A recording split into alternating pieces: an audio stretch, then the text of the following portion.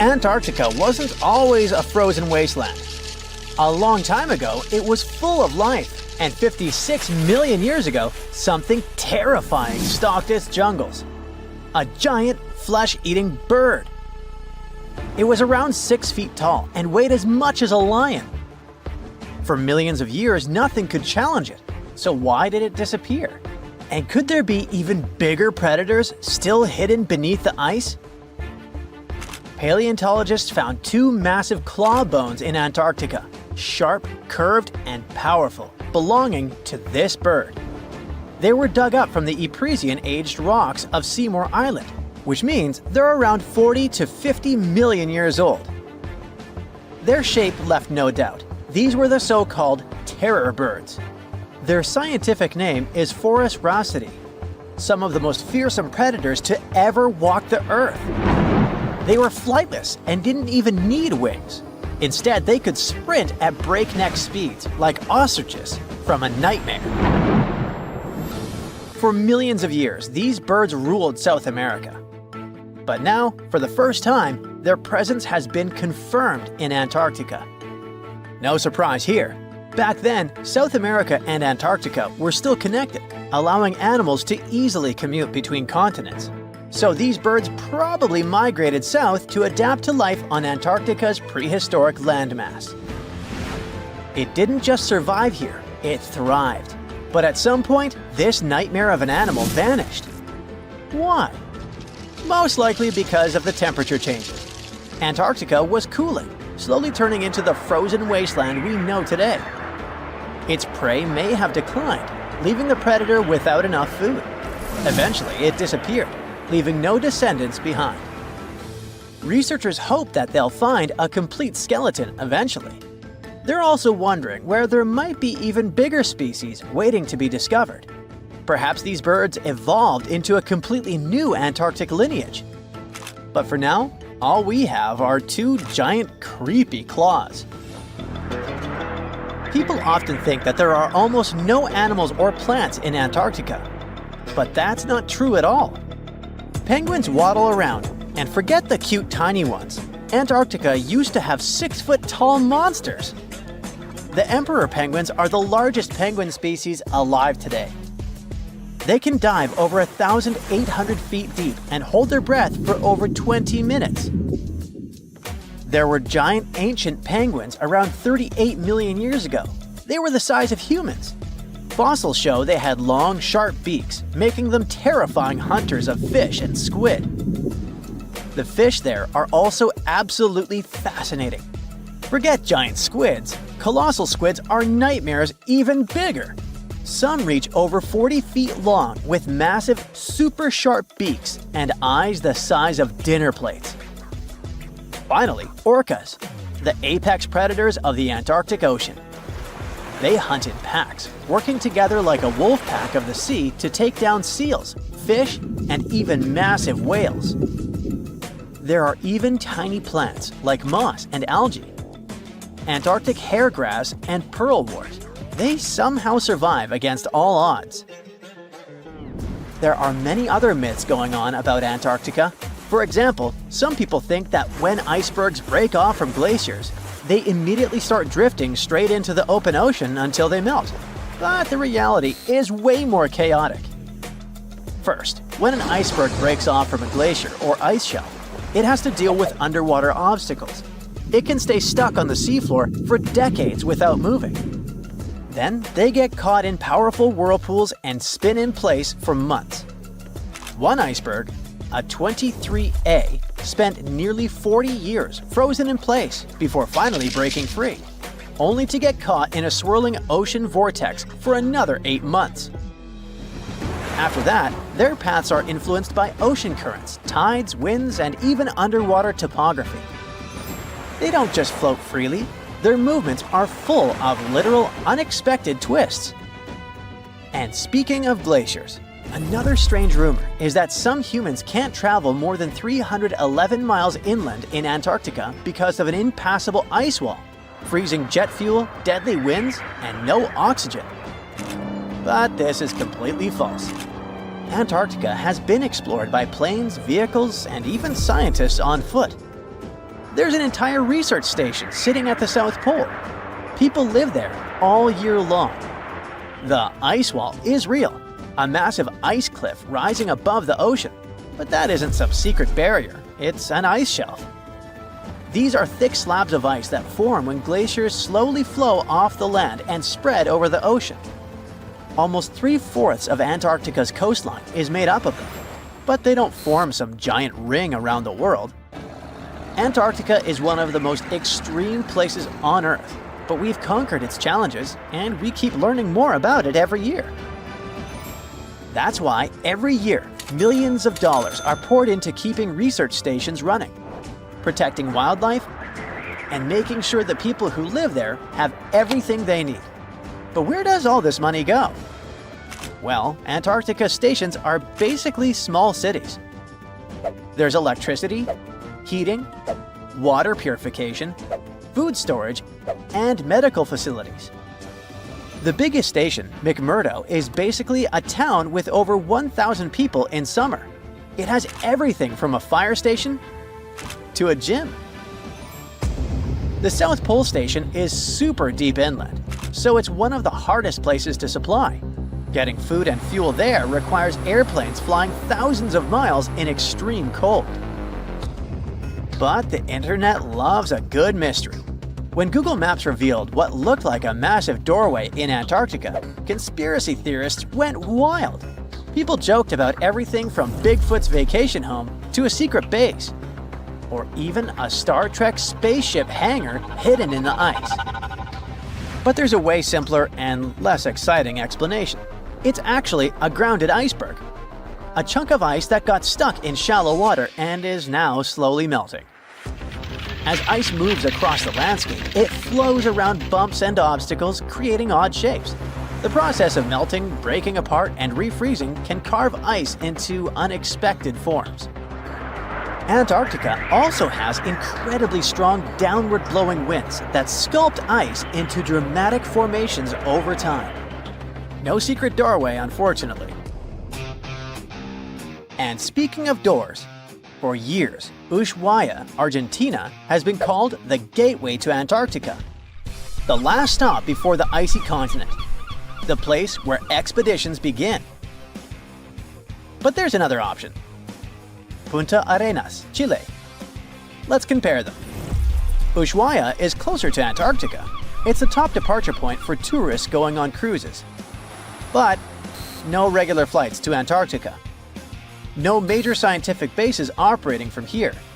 It's basically controlled by the military, which refuses to allow private flights, only commercially operated ships. Yes, Punta Arenas is further from Antarctica, but 22 countries and global organizations use it as their main base. There are regular flights to Antarctica happening there every year. Private airlines can actually operate here, making it the real air connection to Antarctica. Ushuaia may have the best location physically, but Punta Arenas actually runs the show. Argentina made a huge error in picking its Antarctic airbase. Instead of setting up a simple, accessible base at sea level, they built Marambio Base, very high, on rough terrain, completely impossible to reach by land. Everything has to be flown in by helicopter, making operations slow, expensive, and frustrating. For 50 years, Argentina stubbornly stuck to this bad decision, while Chile set up efficient, well-planned bases that the world now uses. If things don't change, Ushuaia will be nothing more than a tourist stop. But what's terrifying is that Antarctica seems to be returning to its past. It's supposed to be the coldest place on Earth, but something shocking happened just recently. For the first time in recorded history, temperatures in Antarctica broke 68 degrees Fahrenheit. This continent is buried under miles of ice. Usually, temperatures there can drop to minus 112 degrees. But in the winter of 2020, scientists recorded an insane 69 degrees on Seymour Island, hotter than many places in Europe at that time. Scientists believe there are several reasons for that. First, there are changes in the way heat moves around the planet's waters. Second, melting permafrost due to the planet warming. It looks like the climate is changing faster than expected.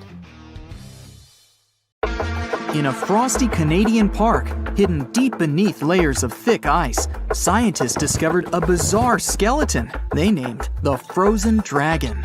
The skeleton had been in the frozen ice for millions of years. It took experts decades to work out the species of this strange fossil. It was identified as a new genus of pterosaur. Pterosaurs were massive flying reptiles with wingspans of over 16 feet. Their heads were 3.5 times the size of their bodies. Pterosaurs lived 76 million years ago when they soared above the dinosaurs. Scientists described them as the biggest, meanest, and most bizarre animals that ever flew. The new genus has been named Cryodragon boreas, which translates to Frozen Dragon of the North Winds. In 2013, a young mountaineer was climbing one of the tallest mountains in Western Europe, Mont Blanc. He noticed a strange metal box poking out of the snow. The mountaineer pried the box open and found that it was filled with precious rubies, emeralds, and sapphires. The climber immediately handed the box to the authorities. It was discovered that the box likely belonged to a passenger on one of 2 flights from India that crashed into the mountain over 50 years ago. The box was valued to be worth over $200,000, and authorities are still searching for the heir to the small box of treasures. In northwest Siberia in 2007, a reindeer herder was on an outing with his sons when he noticed something strange in the ice. The man realized it was a frozen mammoth calf and immediately contacted the local museum. The calf was named Luba and was the best preserved mammoth mummy in the world at the time of its discovery. Luba had been in the ice for 41,800 years and is around 30 to 35 days old. From trunk to tail, the mammoth calf is roughly the same size as a large calf. If you're interested in seeing for yourself, Luba travels to museums all around the world. On the frozen continent of Antarctica, covered in layers of ice and snow, is Mount Erebus, the frozen volcano. The volcano was discovered in the middle of an eruption in 1841 by explorers on an Arctic expedition. The volcano is over 12,000 feet tall and has been active for the last 1.3 million years. Deep within the middle of the volcano is a huge crater filled with large volumes of molten lava. The volcano has occasional explosions, which means it's classified as being in continuing eruption. However, these eruptions are nothing to worry about because they're generally rather small. Back in 1991, 2 hikers were traveling across the Italian Alps when they stumbled across a body that they presumed to belong to a recently lost hiker. The duo trudged back down the mountain to report their unfortunate findings. Once the remains were recovered, it was clear that the body was not recent at all. Scientists determined that the Iceman was more than 5,000 years old and named him Otzi.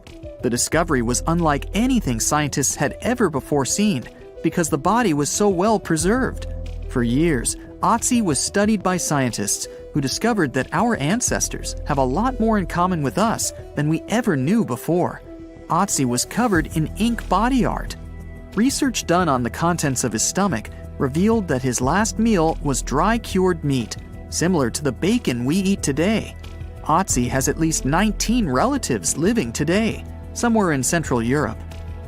Scientists were researching ancient squirrel burrows in Siberia when they came across something interesting. One of the squirrels had hidden away precious seeds deep beneath the ground. The seeds had been encased in ice for 32,000 years.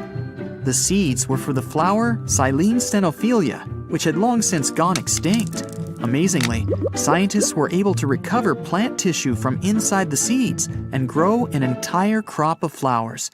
They've since reintroduced the previously extinct flower to natural habitats all across the world.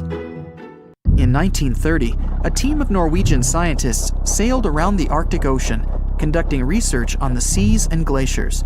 They reached White Island, a dangerous and icy land no human had set foot on before, or so they thought. The scientists were shocked to discover the tip of a small boat sticking out of the snow. Frozen inside the boat, they found scientific equipment and various personal items, including a jacket monogrammed S.A. Andre. They had discovered the wreck of the famous Andre Arctic balloon expedition. In 1897, Swedish explorers, led by Andre, attempted to travel to the North Pole by hydrogen balloon. No one had ever heard from them ever again. People only found out what happened to them when the wreck was discovered 33 years later. It turns out that the balloon had crashed on White Island only 2 days after departing from Sweden. The explorers traveled along the island on a small makeshift boat, but were unable to make it any further. The best preserved woolly mammoth ever found was discovered in an area of permafrost in Siberia in 2010. Scientists named the frozen mammoth Yucca after the small village near where it was found. Yucca had been frozen for 39,000 years and is thought to have been around 6 to 8 years old. Because Yucca is so well preserved, it has been studied for years and provided new information about mammoths. In 2019, scientists reported that they were able to activate cells taken from Yucca's tissue. Maybe one day we'll have woolly mammoths roaming the land. From looking at pictures and videos of Antarctica, the continent appears to be freezing cold, covered in snow, and flat, except for a few small hills. Scientists believe that too. When studying the Gomburtsev Mountains in the early 2000s, they were shocked to discover that the small rocky hills were actually the peak of a gigantic mountain formation under a mile of snow. Using radar technology, researchers worked out that the mountains are really around 10,000 feet tall and sprawl across 750 miles. This is around the same size as the European Alps, except hidden under tons of ice and snow. At a gold mine in Siberia, a businessman was examining a nearby river when he noticed something interesting in the frost. It was a small woolly rhino calf that was later named Sasha. The woolly rhino has been extinct for 15,000 years. It's thought that Sasha could have been frozen in the ice for up to 39,000 years. Sasha is unique because it's the only full-body woolly rhino to have ever been discovered. Glaciers around the northern Italian town of Pelo have begun to melt. Artifacts from decades and even centuries ago have been discovered pouring out of the ice. Personal belongings from soldiers have been found, things like diaries, photographs, and even love letters. Historians have even uncovered an entire cabin preserved beneath the ice. The cabin was filled with hard metal helmets and clothes. In 1845, Sir John Franklin embarked on an ill-fated expedition to the North Pole. The crew traveled on 2 ships, HMS Erebus and the ironically named HMS Terror. The expedition met with disaster, and both ships were lost to the icy waters. In 2016, the HMS Terror was discovered by a team of researchers. Despite being lost for 170 years, the freezing cold waters had maintained the ship in pristine condition. Scientists described the ship as frozen in time. Dinner plates and glasses were still on shelves, beds and desks were still in order, and even the passengers' luggage appeared to be in good condition. The HMS Erebus was also discovered nearby, but due to changing water conditions, the ship wasn't in great shape. The glacial ice surrounding a mountain passageway in Norway that was notoriously used by the Vikings has revealed hundreds of ancient artifacts. One of these artifacts was a giant unopened wooden box that was welded together.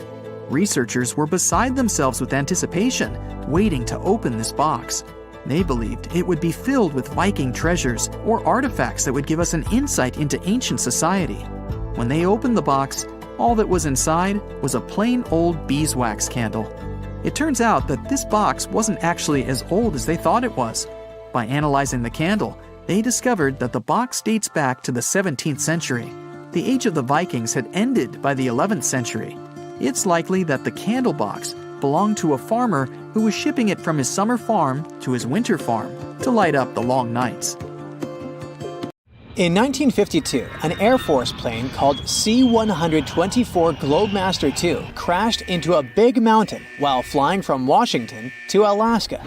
Sadly, everyone on board, 52 people in total, didn't make it. The bad weather at the time made it hard to find the crash site, and even later, any attempts to locate it failed.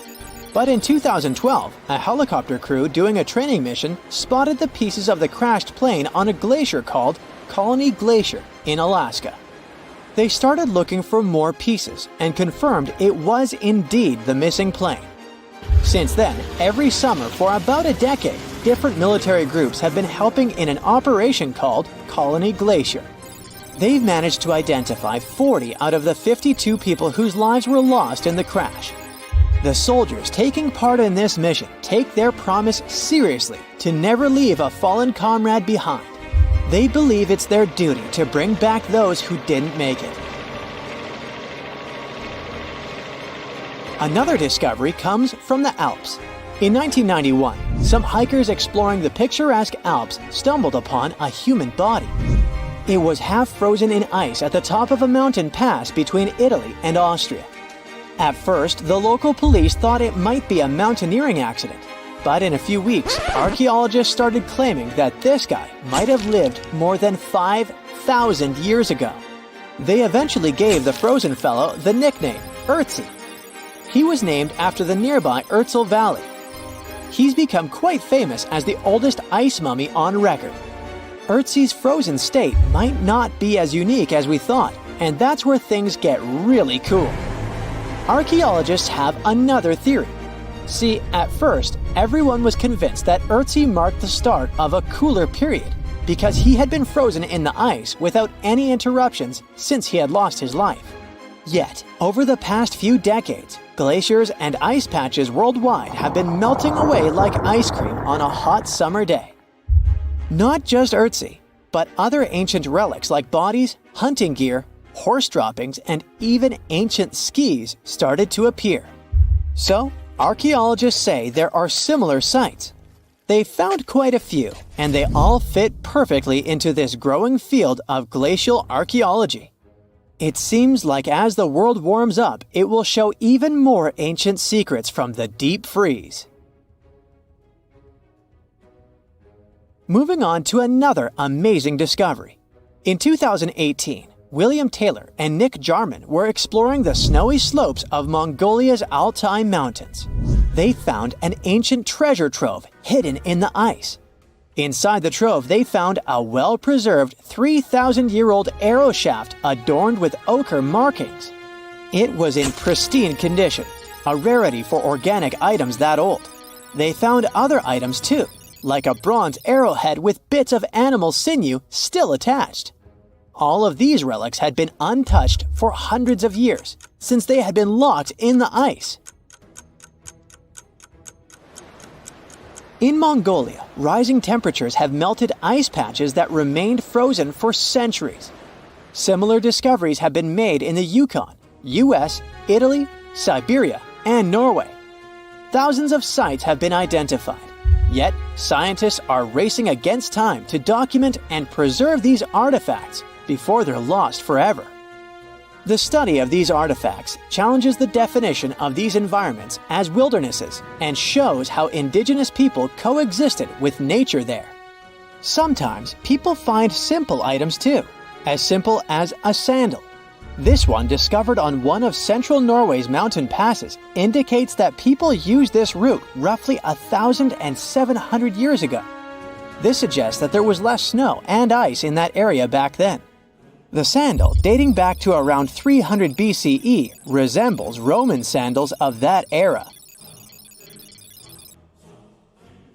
Again, in Norway, hunters found an iron sword high up on a mountain, more than 5,250 feet above sea level. There's no nearby burial site, and it's puzzling why someone would have a sword in such a remote location. Archaeologists speculate that the owner might have become lost. Then, in 2011, unusual objects resembling giant slingshots began to emerge as the ice melted. Radiocarbon dating suggests that this particular object was crafted around 400 BCE. It measures over 3 feet long and has knife cuts. Those puzzled archaeologists until one team member recognized them as thaw, or pliers, used to secure loads on sleds when transporting hay or leaving for animal food. People in the area used hay sleds with pliers until the 1950s, when tractors became more common. Now, let's get back in time to thousands of years ago. We can easily do that by looking at this woolly mammoth. This creature looks a bit like a cherished but slightly worn-out toy. This ancient giant whose heyday was 39,000 years ago, is the best preserved mammoth ever found. Even its signature shaggy hair is surprisingly well preserved, having been trapped in glacial ice until its recent discovery in Siberia. This remarkable animal is stepping into the limelight in Yokohama, Japan. Scientists are running tests that might bring this extinct species back to life. When they stumbled upon this female mammoth, they uncovered a hidden treasure, a sample of her blood preserved beneath the ice. So they believe this ancient blood could hold the key to resurrecting the mammoth. They also found well-preserved muscle tissue. She was between 50 and 60 years old when she met her icy fate. The discovery of mammoth blood has reignited debates about the ethics of bringing back extinct creatures, like in Jurassic Park. Their ambitious plan is to implant an egg into a living elephant for a 22-month pregnancy, hoping that at least one living mammoth cell might survive. Hop on, we're going to the French Alps. We are at a spot not far from where an Air India plane tragically crashed 46 years ago. We're accompanied by a diligent mountain rescuer and his neighbor. They went to this area after a bunch of tourists had noticed a strange-looking thingy on a glacier. It was a bag. The Indian embassy in Paris got wind of it, and it was all set on getting that bag. What makes it kinda cool is that it had diplomatic mail and Ministry of External Affairs written on it. The Air India flight was on its way from Mumbai to New York when it took a nosedive in January 1966. It took 117 people on board down with it. Guess what else was inside the bag besides the soaked diplomatic mail? It had a stack of old Indian newspapers. So, alongside those, they also found bits of the plane's cabin, a lone shoe, and a bunch of cables. Totally unexpected treasures on that mountain. During the summer of 2013, scientists stumbled upon a message left behind by a geologist named Walker, who had placed it there 44 years before. That message sort of served as the man's last testament. He passed away just a month after hiding the bottle in the rocks on the island. The content of the message was quite astounding. In 1959, Walker had measured the distance from those very stones to the glacier's edge, and it clocked in at a mere 167 feet. By 2013, that distance had ballooned to 400 feet. Researchers are convinced that this stark contrast between the two measurements underscores the consequences of ongoing global warming. Imagine the melting ice in Norway's mountains as a time machine revealing a treasure trove. Nearly 800 Viking artifacts tucked away for over 1,000 years have been unearthed. They give us a peek into the bustling trade networks of the Viking era and the critical role of the mountain passes in this ancient commerce. Among the finds are leather shoes, cozy woolen mittens, stylish tunics, feathered arrowheads, horseshoes, walking sticks, and kitchen gadgets from the Viking chef's toolkit. There are even Viking pack horse souvenirs. These artifacts provide us with insights into ancient travel habits and the peak times when those paths were bustling with activity, and give us a glimpse into the lives of adventurers. Well, a biotech company called Colossal just announced something wild. They say they've brought back a direwolf from extinction. But did they really? What they've really done is way stranger, and maybe even more important. Their team has just created a brand new predator. Not a clone, not a revival, but a new species. These cute cubs are built from gene-edited wolves, shaped by ancient DNA and born through cutting-edge biotech. So wait, are the Jurassic Park horrors coming for us? Well, let's see. Now, direwolf was the massive muscular predator that roamed North America thousands of years ago. Most people think these were just some sort of bigger gray wolves, but don't be tricked by appearances and the name. In 2021, a landmark study came out. A team of researchers in major institutions studied actual direwolf DNA and discovered something shocking. These guys weren't just big gray wolves, not even close. They were separate animals. Genetically, dire wolves split off from wolves roughly 6 million years ago. Just to put that in perspective, humans and chimps split about 6 to 7 million years ago. So dire wolves and gray wolves are as different from each other as we are from chimpanzees. They look similar because of the so-called convergent evolution, when two species evolve similar traits because they live in similar environments. Think of sharks and dolphins, both streamlined, both predators, both ocean hunters, but different animals, and dolphins are way cuter. So Colossal said that they revived this animal, a dramatic and bold claim. But it's not quite true. In reality, they genetically engineered a new kind of wolf. It's not a dire wolf, it's not even a known species. It's a synthetic animal, one that's never existed before. And this is a massive deal, both incredible and terrifying. The company basically has taken gray wolves and modified their genes by mixing them up with some dire wolf DNA they found. Which is kind of wild, because, as we said, these two animals aren't really relatives, they're completely different species. The Colossal company kind of ignored that, though. They say the gray wolf is the closest living relative to a dire wolf, and that the data proves it. But what data? They haven't shown it so far, it's just a claim. Why are they even calling this a dire wolf? Well, they're saying their cubs are close enough to a dire wolf, and maybe fill the same role in an ecosystem. Basically, if it behaves like a dire wolf, walks like a dire wolf, and preys like a dire wolf, doesn't that count? Sounds kinda dire to me. Well, if we're being honest with words, then not really. Biologically, genetically, evolutionarily, this is now a modified gray wolf. So, how good or bad is it? Let's figure it out. The good part is that the research like this might help us restore the planet's ecosystem and ecology.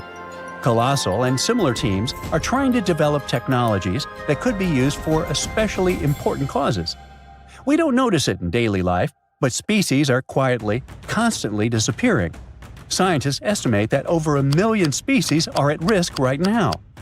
When ecosystems lose a species, especially because of humanity's actions, it's like pulling out a block of a Jenga tower.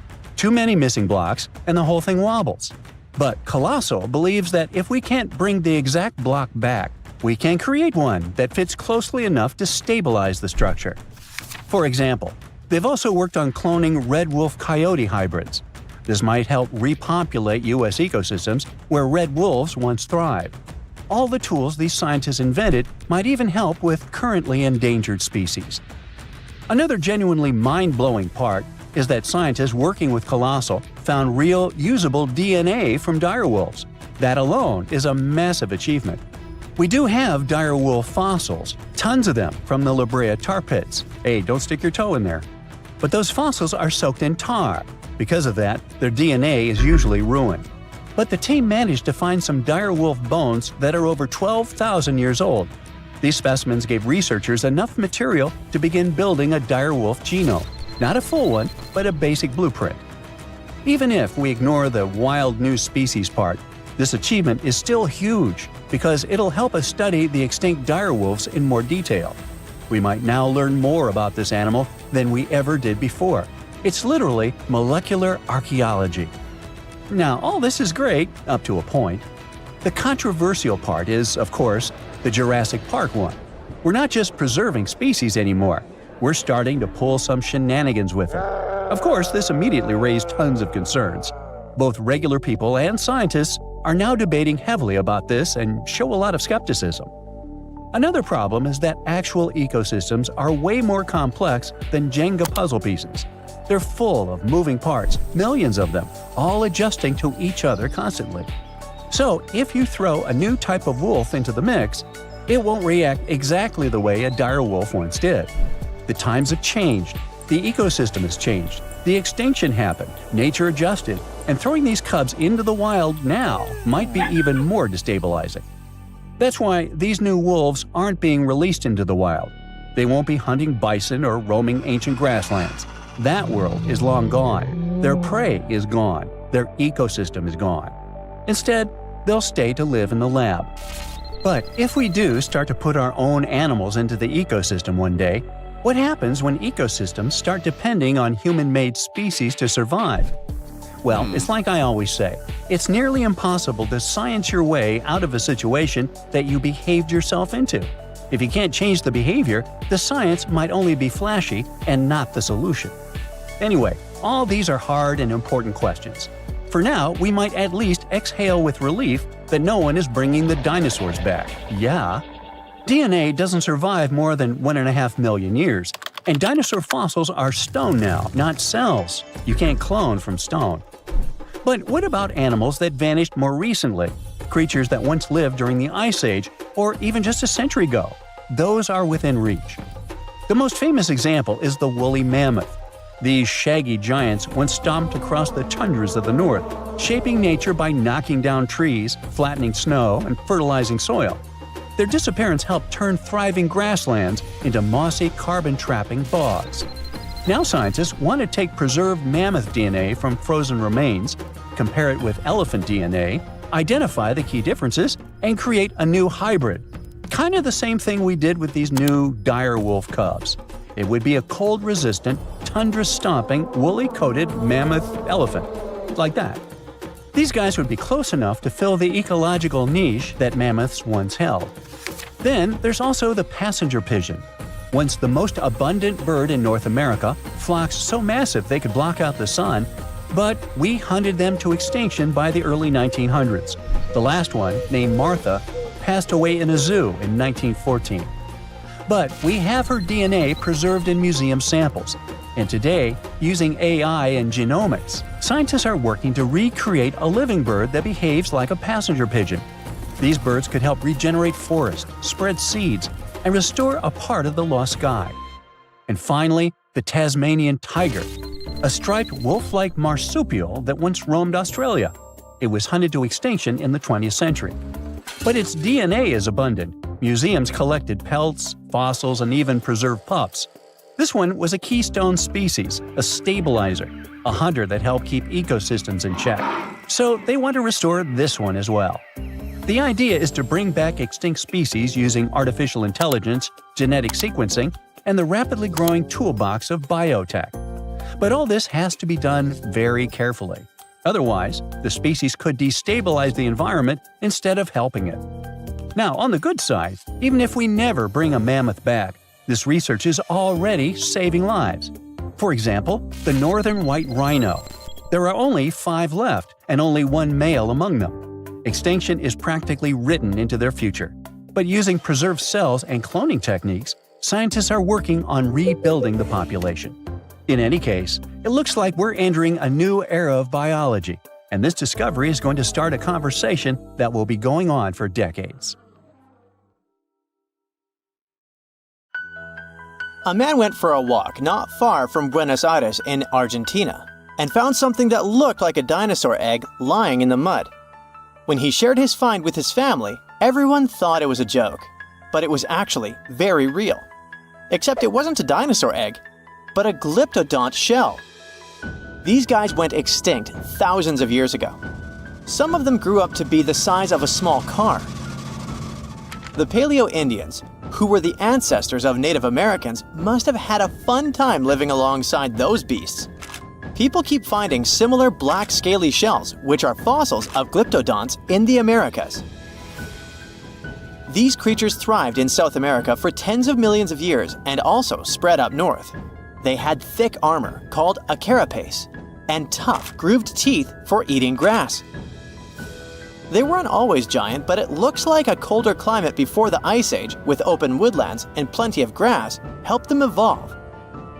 It's pretty hard to hide when you're huge, so they may have developed their fused armor to protect themselves.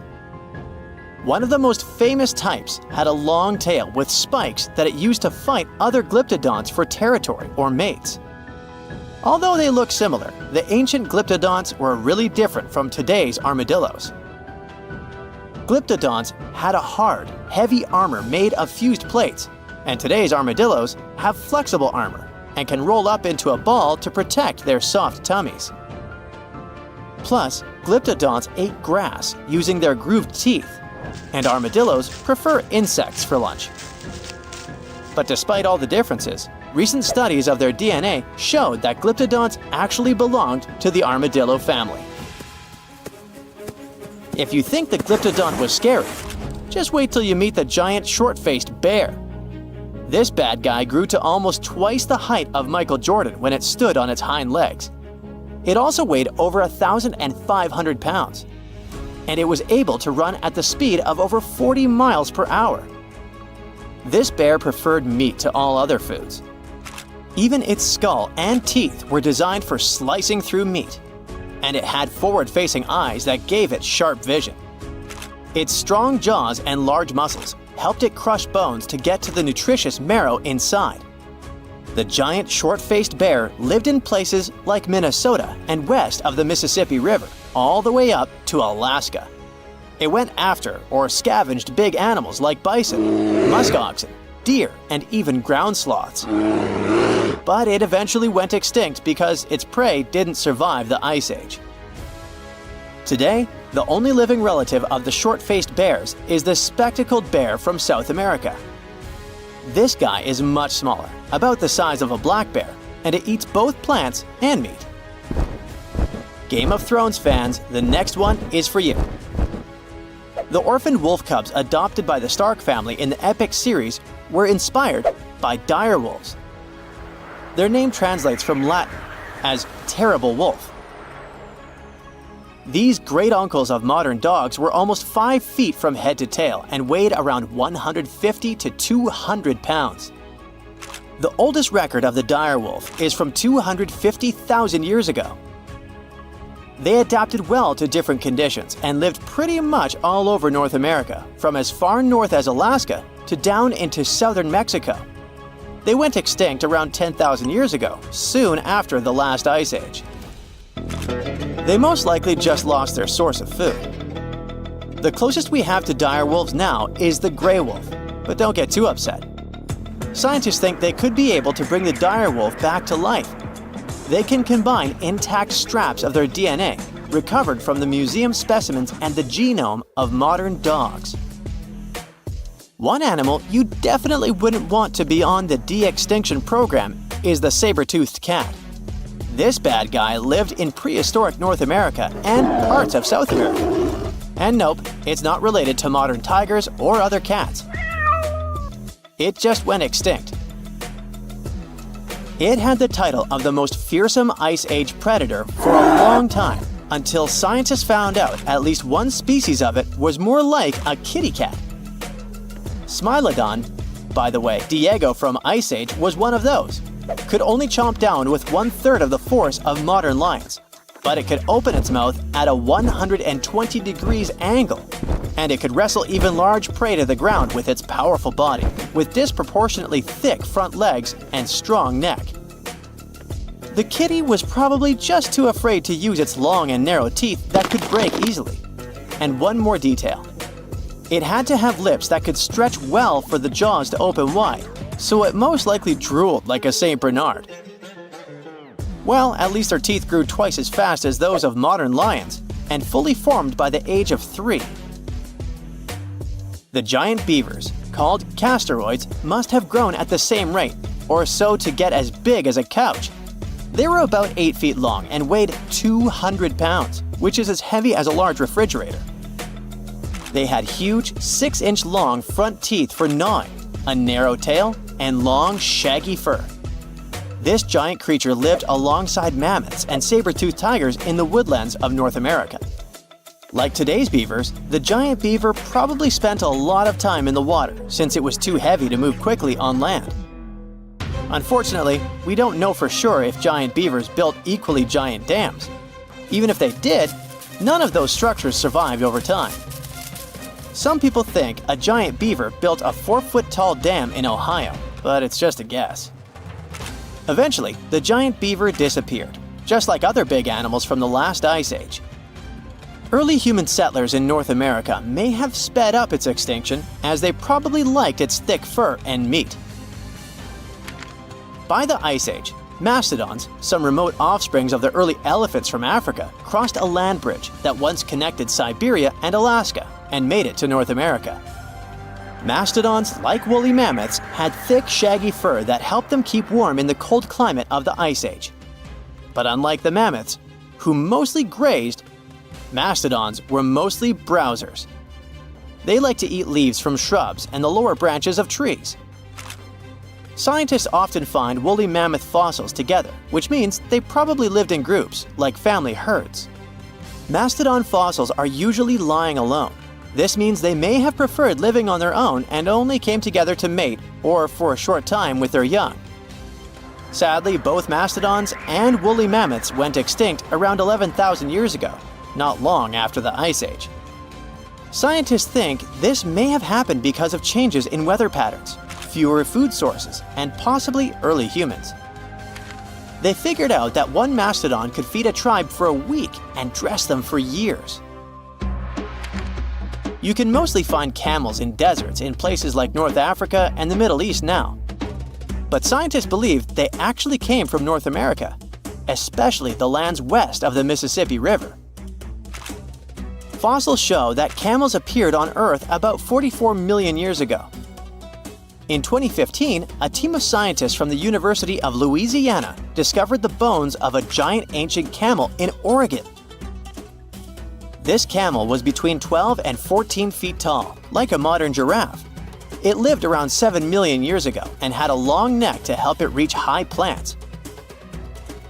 About 6 million years ago, some early camels crossed into Asia over the Bering Strait land bridge. Once they arrived in Asia, these camels split into two types we know today: the Bactrian camel with 2 humps and the dromedary camel with 1 hump. You won't find wild camels in North America anymore, but some of their relatives, such as llamas, alpacas, and guanacos, still live in South America. Consider Lake Enigma. What a fitting name. It's already strange enough because it's not even supposed to exist. But now, we stumbled upon actual life deep beneath it. And this just might help NASA in their search for life in outer space. The lake lies deep in the icy heart of Antarctica, so it's not really a water pool like we're used to, more like a lake-like block of ice, or so we thought. Just recently, Italian scientists discovered a secret that had been buried for ages, an actual body of water, and in this water, life is thriving. Various microorganisms, and even some weird little hunters. Which is super weird, since Enigma sits in a remote and harsh corner of our planet, the northern Victoria Land in Antarctica. The entire South Pole is cold, but in this place, temperatures can plummet to a horrifying minus 41 degrees Fahrenheit, though on average it's around 7. Chilly. Like we said, this lake shouldn't even be there at all. Antarctica is technically the largest desert on Earth, even though it's covered in snow, because it's super dry. There are 0 rains, truly little snowfall, and the sun barely evaporates anything. And even if there is some water, the insane winds make sure to dry everything out super quickly. Putting on our thinking caps, this lake should lose an unimaginable 7 million cubic feet of water every year. Yet, the water remains. Why? No one knows. Scientists say there could be something deep underground that refills it constantly. They just have no idea what that might be. Maybe deep underground rivers, melting ice, or something else entirely. But hence the name, the Enigma Lake. The block of ice, we mentioned, is permanent and super thick, at least 36 feet of it, and that's higher than a 3-story building. So researchers decided to check out if there's anything beneath it. They used a so-called ground-penetrating radar, a super smart echo detector for the ground. This radar sends invisible radio waves into the Earth. When they hit something underground, like rocks, water, or anything else, they bounce back to the device. By measuring how long it takes for the signal to return and how strong they are, we can determine the distance and what exactly the radar hit. That's how animals like bats, whales, and dolphins can see underwater. And we humans stole this cool nature idea to research buried structures and hidden caves. Scientists used this device all over the Enigma surface. This way, they were able to create an entire map of this under-ice world beneath. The water itself wasn't surprising. It's the unique ecosystem in it that shocked them. Unfortunately, no secret monsters or extraterrestrial secrets this time. But there are microorganisms there that may not exist anywhere else on Earth.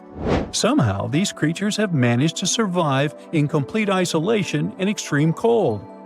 It's not that we don't know these microorganisms, we've met them before, just not exactly like this. There are a couple groups hanging out down there. The first one is Bacterial. They love breaking down complex molecules, especially in your stomach, and help digest tough plant fibers. They mostly hang out inside us, but in the outside world, we might occasionally find them in soils and oceans. Then Actinobacteriota, genius chemists among bacteria. They decompose organic materials and help the soil get healthier. They're also famous for producing antibiotics, so we owe a lot of our medicine to them. The third one is Pseudomonadota. These guys weren't a surprise. They're crazy adaptable. They can thrive pretty much anywhere, from soil to water to the human body. Some of them are good, helping plants grow and in nutrient cycles, but others can be opportunistic pathogens. Ooh, bad guys. But what is actually a surprise is that Lake Enigma has tons of passibacteria. They're ultra-small even for microorganisms and can barely do anything themselves. So they prefer to live in symbiosis or be little parasites, relying on their hosts for nutrients and other necessities. All these little chompers might be ancient. They could be remnants of a time before the lake froze over completely, which is hundreds of thousands of years ago. It's simply weird to encounter these bacteria in the Enigma lake, especially the little parasites. Passibacteria usually love low-oxygen environments, but this lake is very oxygen-rich, not even mentioning an almost 40 feet of ice above.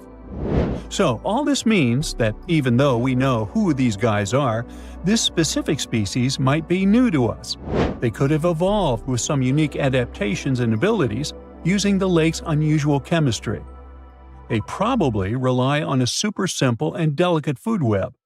Some of the microorganisms produce energy from light, well, whatever light gets down there, or the lake's chemicals. The symbiosis guys most likely survive by living on or inside their neighbors. Yep, these microscopic creatures hunt each other. Nope, things can't be peaceful even in a place like that. If we find out what their secret to survival is, we might learn more about chemistry, medicine, and even extraterrestrial life. Because if life can endure such extreme conditions, then it can probably appear pretty much anywhere, including our closest neighbors, Europa or Enceladus, the moons of Jupiter and Saturn. They definitely hide oceans beneath their frozen surfaces, and now there's a very high chance there might be some life there. Antarctica must be the closest thing we have to extraterrestrial exploration before we actually land on other planets. It's full of hidden mysteries and surprising creatures.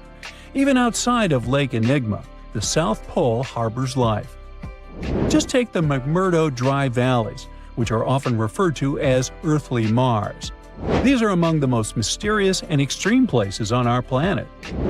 They're stretching across Victoria Land in Antarctica, and this is one of the driest places on Earth.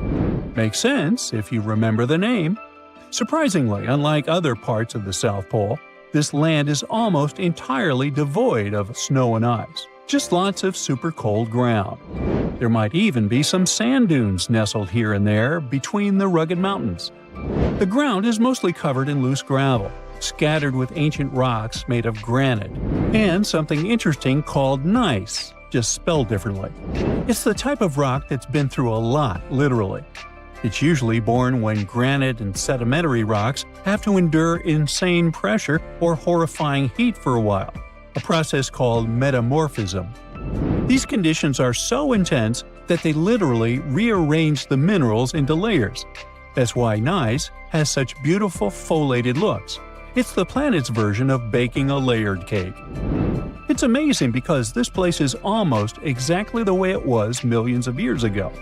These valleys are frozen in time, and they give us a little glimpse into Earth's distant past. And that includes life. Once again, local winds are absolutely terrifying gusts of cold air racing downhill, and they evaporate snow faster than it can even melt. So, logically, you shouldn't find much water here, not even mentioning life. But somehow, you can still stumble across frozen lakes and saline ponds in the dry valleys. And local life stretches all reason and our understanding of biology. It exists inside the rocks themselves. Microorganisms are hidden in slightly moist cracks and crevices. Deep inside, there's endolithic bacteria. These guys are super chill. Instead of moving around like other microorganisms, they always stay put inside their little rocky homes. How do they survive? Through photosynthesis. Just like plants, they take teeny tiny parts of light that gets in crevices and acts like little solar panels, getting energy from the sun. Meanwhile, in another place, beneath the Taylor Glacier, there's bacteria that literally doesn't eat anything. Not comfort, not sunlight, not even oxygen. These guys rely on a diet of dusty rocks and sulfur to fuel their weird metabolisms. By breaking down sulfur and iron, they get energy to sustain themselves.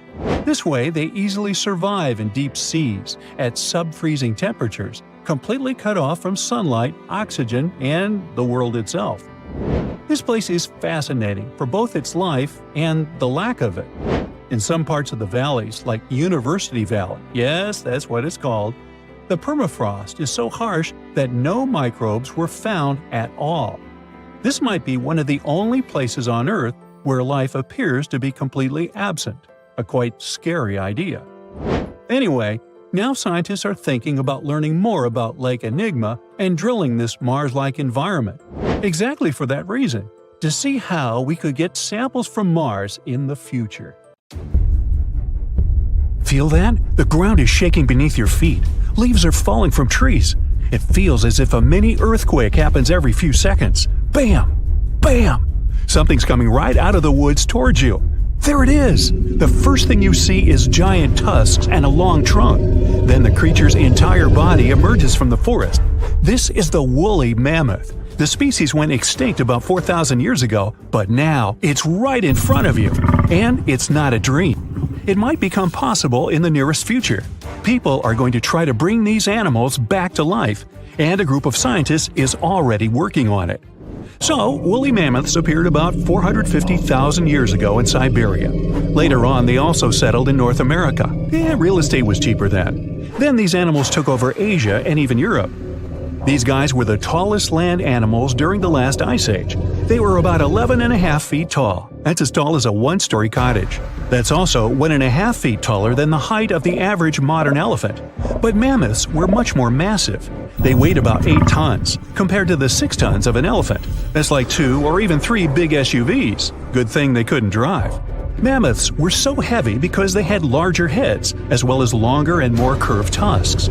These animals lived in the cold tundra. That's why they needed a layer of fat that was at least as thick as a shoebox. But even that wasn't enough to withstand the cold. So mammoths had dense wool that grew to be as long as a cell phone charger cord. In the winter, the wool on the sides and belly of the mammoth formed something like a skirt, so the animal could lie in the snow and it didn't freeze. Mammoths spent most of their time looking for food, like me. To build up that thick layer of fat and keep their body temperature constant, they needed to eat about 400 pounds of food per day. That's the weight of 2 wild boars. But mammoths were herbivores, which means they ate grass and willow or pine branches. But after the Ice Age, the warming began. The tundra, where mammoths live, began to turn into swamps. The amount of food was decreasing. This caused a drop in the population of woolly mammoths. And now, scientists want to bring mammoths back to life. Using genetic engineering, they hope to recreate the mammoth using its DNA. Of course, this doesn't mean they will create the animal from scratch in a lab. First of all, they need a creature that resembles the woolly mammoth as much as possible. The answer is the Asian elephant. Both the mammoth and the elephant came from the same common ancestor millions of years ago. Their DNA is 99.6% the same. So, scientists only need to add several missing genes to the elephant DNA. This will provide them with fur, necessary fat, long tusks, a large domed head, and other distinctive mammoth features. And the best news is that we do have the mammoth DNA. These animals lived in colder parts of our planet with never-ending winter. This eternal refrigerator has preserved not only mammoth bones, but also their genetic material. Scientists have managed to identify about 60 specific genomes that can help recreate mammoths. The most difficult step is to bring this creature into the world. One option is to remove some DNA elements from an elephant's egg and replace them with mammoth DNA. But this would require a surrogate elephant mother. It would carry the baby for about 2 years, and then the first mammoth would be born. But scientists question this option. Creating a herd of mammoths would take decades and require too many surrogate mothers. Another option is to make an artificial womb. Nowadays, there are successful cases of creating a sac in which an embryo can safely develop. The main problem here is the sac itself. It has to be large and strong enough. It'll hold a developing mammoth baby for 2 years. In the end of this period, it'll have to withstand the weight of about 200 pounds. But it's also important to remember that elephants live in a matriarchal society, just like mammoths did. And when an elephant is born, the first thing it sees is its mother. Their connection remains strong for many years as the baby elephant grows. So many people say that such a way of growing a mammoth is highly unethical. But scientists continue their research. They insist that their goal is to improve the already existing genetic engineering technologies and apply them in the future. This way, we can save endangered animal species. But why should we bring woolly mammoths back to life in the first place? Some scientists believe that these animals played an important role in the planet's ecosystem. These days, the tundras of Siberia and North America are gradually warming up and releasing a lot of carbon dioxide. This contributes to the greenhouse effect, which warms up our planet even more. These tundras are now heavily overgrown with moss. But thousands of years ago, when woolly mammoths roamed these areas, tundras were more like pastures. Mammoths trampled moss and felled trees. They were some sort of ecosystem engineers. It's believed that the return of mammoths to these areas might help bring them back to their original state. Restored pastures will keep the soil from eroding. They may even be enough to decrease the production of harmful carbon dioxide. Recently, ecologists have brought many bison and other animal species to the vast expanses of Siberia for the same purpose. But some scientists believe that woolly mammoths would do a much better job. If this experiment turns out to be successful, people would have an opportunity to bring back to life a huge number of extinct animal species. Unfortunately, there's a limit to how long animal DNA can survive in fossils. If these fossils are hidden a few feet underground, DNA can last from 1,000 to 10,000 years. If the fossils, let's say, are in the ice in the Antarctic, DNA can remain intact for several 100,000 years. Unfortunately, it means we would never be able to recreate dinosaurs. They went extinct about 66 million years ago, and people just don't have any access to their DNA. But we could bring back some animals that disappeared not so long ago, like moa. It's a species of flightless birds. The largest of them was as tall as the woolly mammoth and weighed as much as a scooter. But the smallest species could be the size of a turkey. They lived in New Zealand and were isolated from the outside world for almost 80 million years, but they became extinct after the first people arrived there. Or stellar sea cow. This was the largest aquatic mammal after whales. These sea cows were as long as a limousine, and they weighed more than African elephants. Stellar sea cows had a very lazy lifestyle. They lived near the shore and ate algae, mostly seaweed. Scientists believe they didn't even know how to dive. Even though elephant birds were indeed birds, they couldn't fly. These creatures were twice as tall as an ostrich and weighed 10 times as much as the average person. They lived in Madagascar and, like ostriches, laid eggs. Although elephant birds became extinct almost 1,000 years ago, people still find their eggs. Scientists managed to get the DNA of these animals and analyze it. It turns out that the closest relative of the elephant bird is the kiwi. It's another kind of non-flying bird about the size of a domestic chicken. Pinta Island tortoises used to rest for 16 hours a day. They also drank a lot of water and could store it like camels. Each animal has its own role in the ecosystem, as well as in the food chain. The disappearance of one animal can cause huge problems for others. Such a chain reaction can wipe out an entire ecosystem. For example, dinosaurs didn't disappear instantly after the meteorite collided with Earth. The impact caused fires all over the planet. This decreased the amount of food for plant-eating dinosaurs. When they disappeared, meat-eating dinosaurs began to starve. And then all dinos gradually vanished off the face of the Earth. Many scientists think people do need genetic engineering technologies that can bring back extinct species.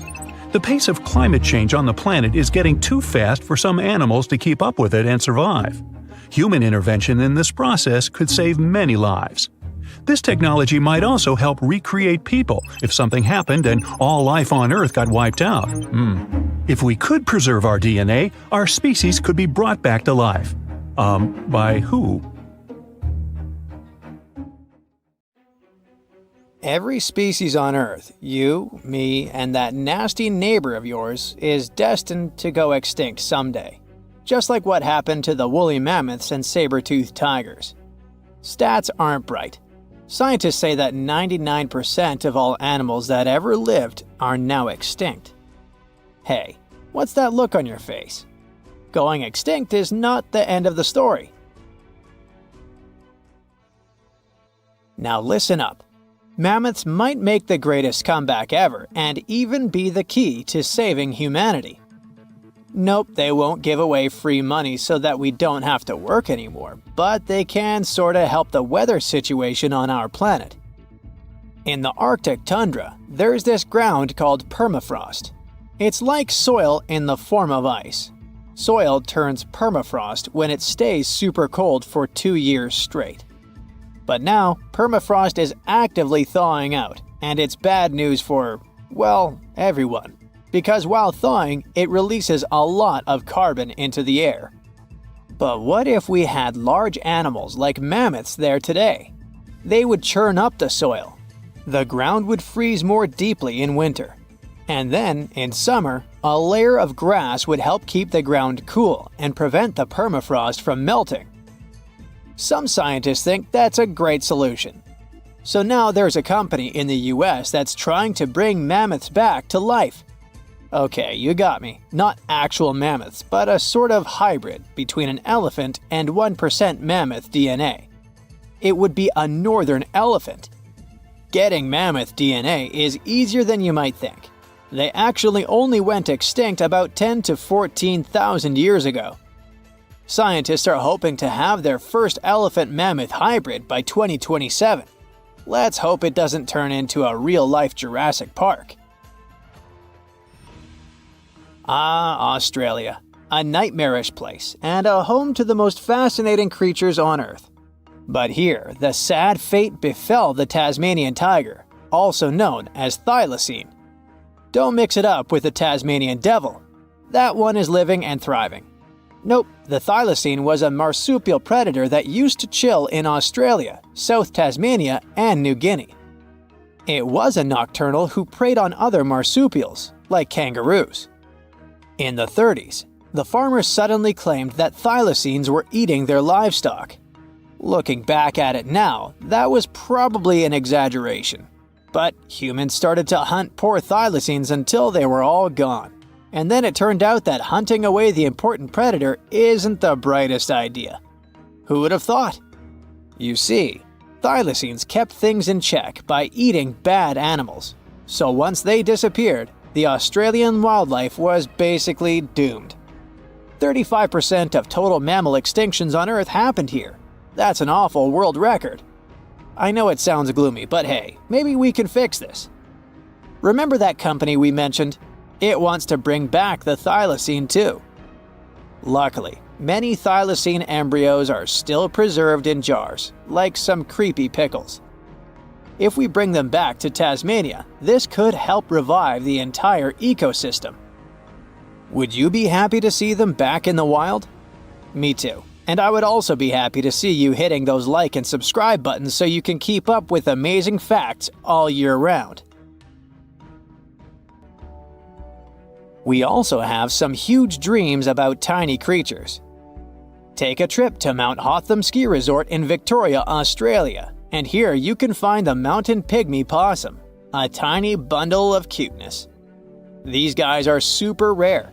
We even thought that they were extinct. All we had was their fossils. But then, some skiers spotted a possum in a log pile at the ski lodge in 1966. Imagine suddenly making a great discovery while chilling on vacation.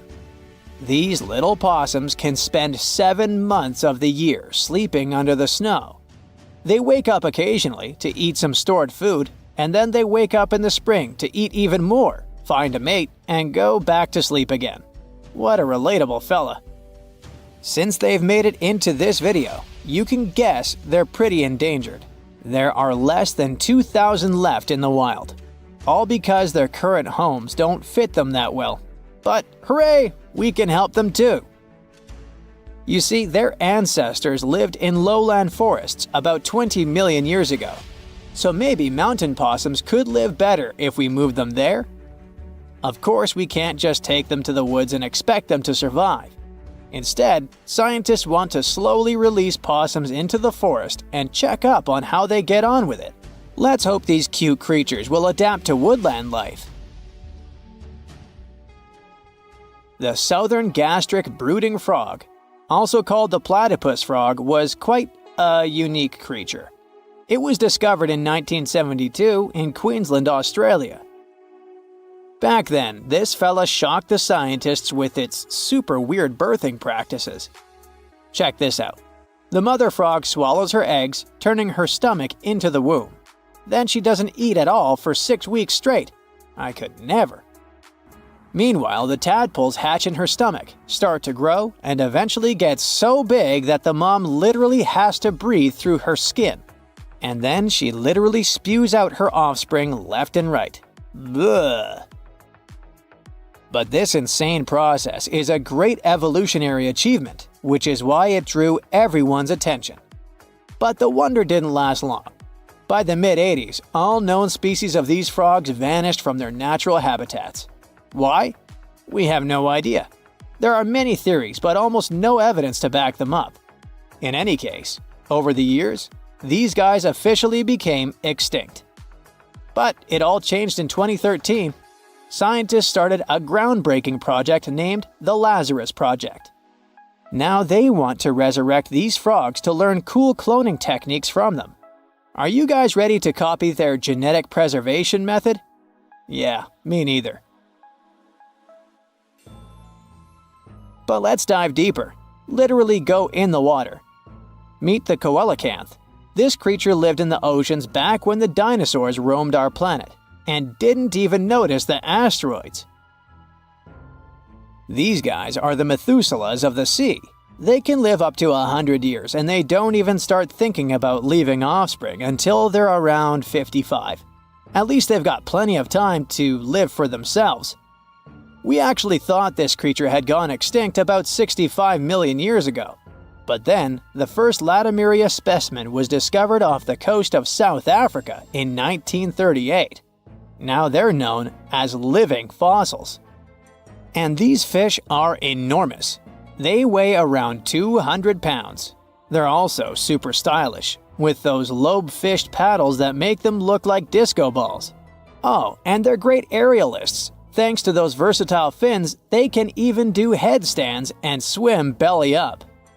The coelacanth is also a bit of a homebody. It's not very energetic and likes to live in underwater caves during the day, only coming out at night to snack on smaller fish and squid. Another animal who's literally me. Now we're trying our best to preserve this species, and I won't be surprised if it outlives us all. And finally, let's talk about the largest and most awkwardly looking flightless bird from New Zealand, the South Island takahe. The tale of the takahe started way back in the Middle Ages. Humans accidentally hunted them all away, and by the late 19th century, it seemed there were none of them left. But then, they were rediscovered in New Zealand in 1948. Poor guys did all they could to hide from us in the mountains, but we still got them. But it's different now. Since then, we've been trying our best to save them from extinction.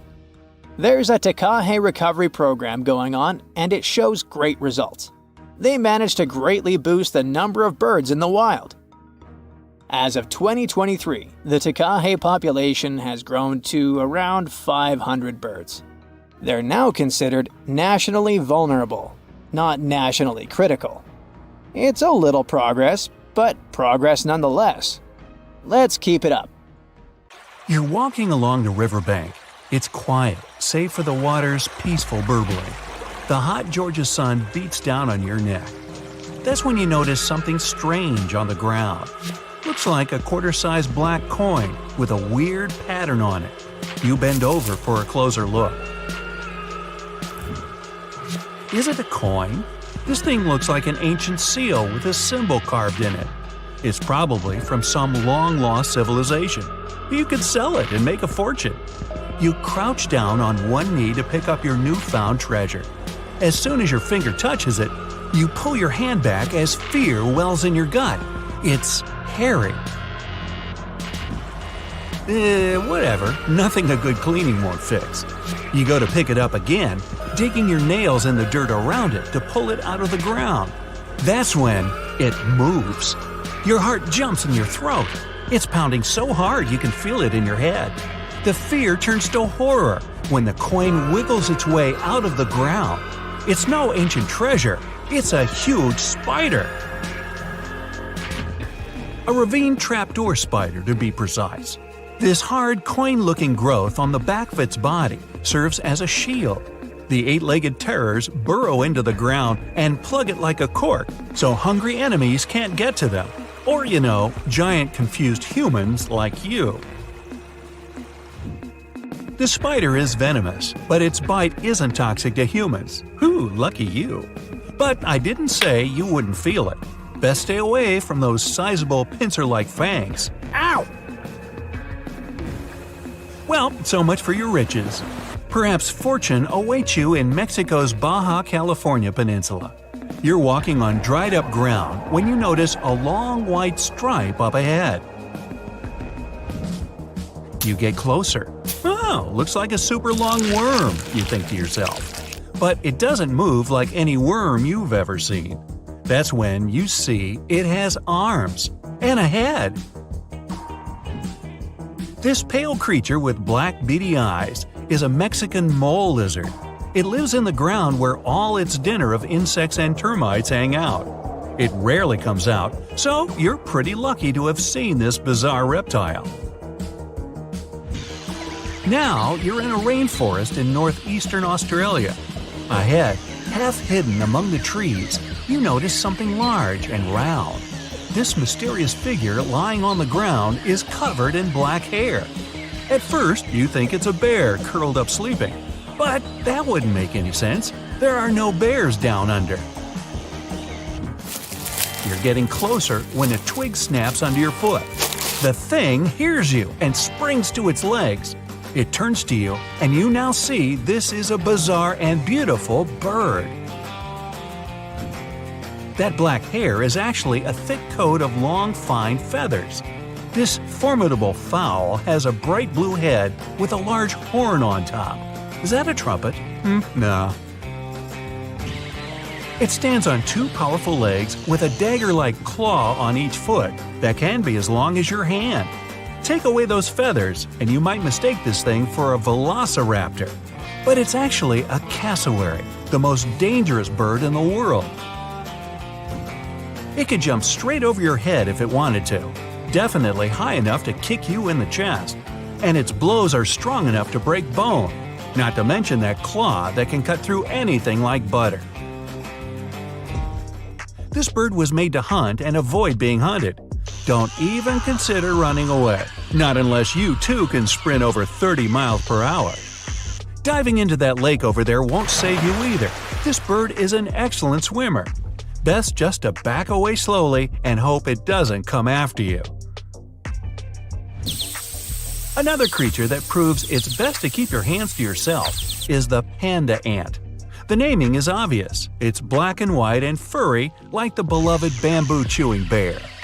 This furry little bugger lives in the forests of Chile. But don't go to pet this fluffy little ant.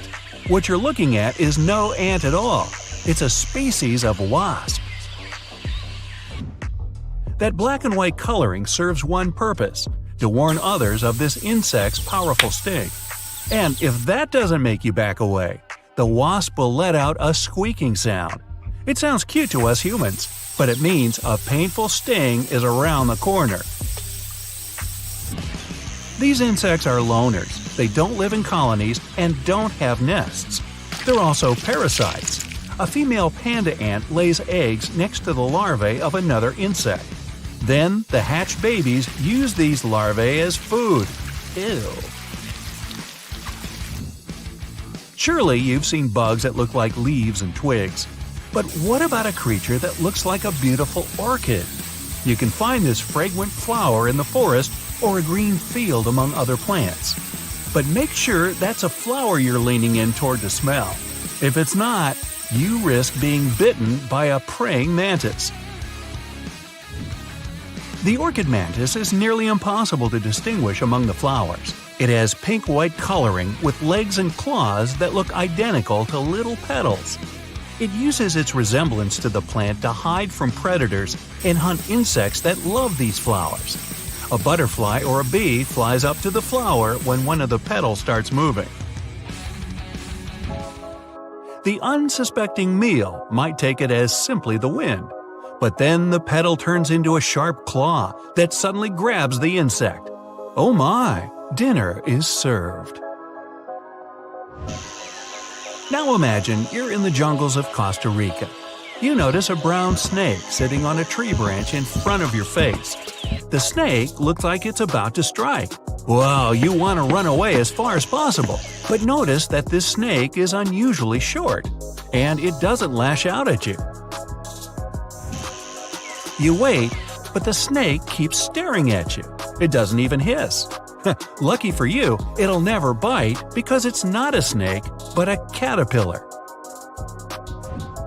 The hawk moth caterpillar can change the shape of its body to look like a menacing serpent. This easily scares away any hungry foes. The coloring and pattern on the skin imitates a snake's scales and eyes. This insect also knows how to move like a reptile. A master of disguise, this one. Let's get out of the hot jungle and head to Central Europe. You're in the middle of a sunny green meadow. Colorful flowers bloom around. Birds sing and bees buzz by. Among the bees, some are not what they seem. You'd hardly be able to distinguish the imposters. But if you look really closely, you'll see the golden bee fly moving through the air. It looks like a bumblebee, but it's the buzzer's biggest enemy. The golden bee fly sneaks into bee nests and lays eggs there. Its larvae hatch and feed on the bees and flower nectar. The yellow and black coloring allows the intruder to go undetected the whole time. The camouflage also keeps enemies away. Nothing would touch this fly if it thinks it'll get a bumblebee sting. The next spot on your journey is the rainforest in southern Thailand. Now, be extra careful and watch your step. Not because the next animal is poisonous or bites, but because you might actually step on it. The leaves from the trees have fallen and turned a gray-brown hue. Among these leaves, it's tough to distinguish the Malaysian horned leaf frog. Its body shape, coloring, and especially those pointy growths coming out above its eyes all allow this amphibian to hide perfectly among the fallen foliage. This frog can sit for hours in one place, waiting for its next meal to come close enough to… Now you're in a garden. You see a beautiful bright flower and a small bird hovering near it. The bird flaps its wings so quickly you can hardly see them. And that long needle-like beak makes you immediately assume you're looking at a hummingbird. But as soon as you get closer, you realize this is not a bird, but an insect. Fortunately, the hummingbird hawk moth isn't venomous and doesn't sting. It's just a lovely little creature that decorates the garden with its presence. Many people even grow plants rich in nectar to attract these moths. Hey, that's an idea. It looks idyllic, a vast green field with granite cliffs in the background and a river flowing through the landscape. You can see birds flying and people having a picnic. But then, a scream cuts through the laughter. No, you're not watching some horror movie. This is what happened to a visitor who found a severed hand in Yosemite National Park. Running into crime scenes in national parks is unfortunately more common than you think. Yosemite, for example, holds a record of police investigations, making it the second most dangerous park in the U.S. Not only that, but this is also a pretty huge place, bigger than some countries like Samoa or Luxembourg. You can see why this is an ideal place for you to become a missing person photo on a milk carton. Out of everyone who went missing in Yosemite, Patricia Marie Hicks' case is, I think, the most disturbing one. Remember the hand I mentioned? Well, it was found in 1983 on Summit Meadow by a visitor. The police tried to find more clues about this crime evidence, but the case eventually went cold. In 1988, a skull was discovered, but again, the case got stuck. It was only in 2021, with the help of a genetic genealogy test, that the police finally confirmed this was indeed the remains of Patricia, a woman who had been missing since 1982.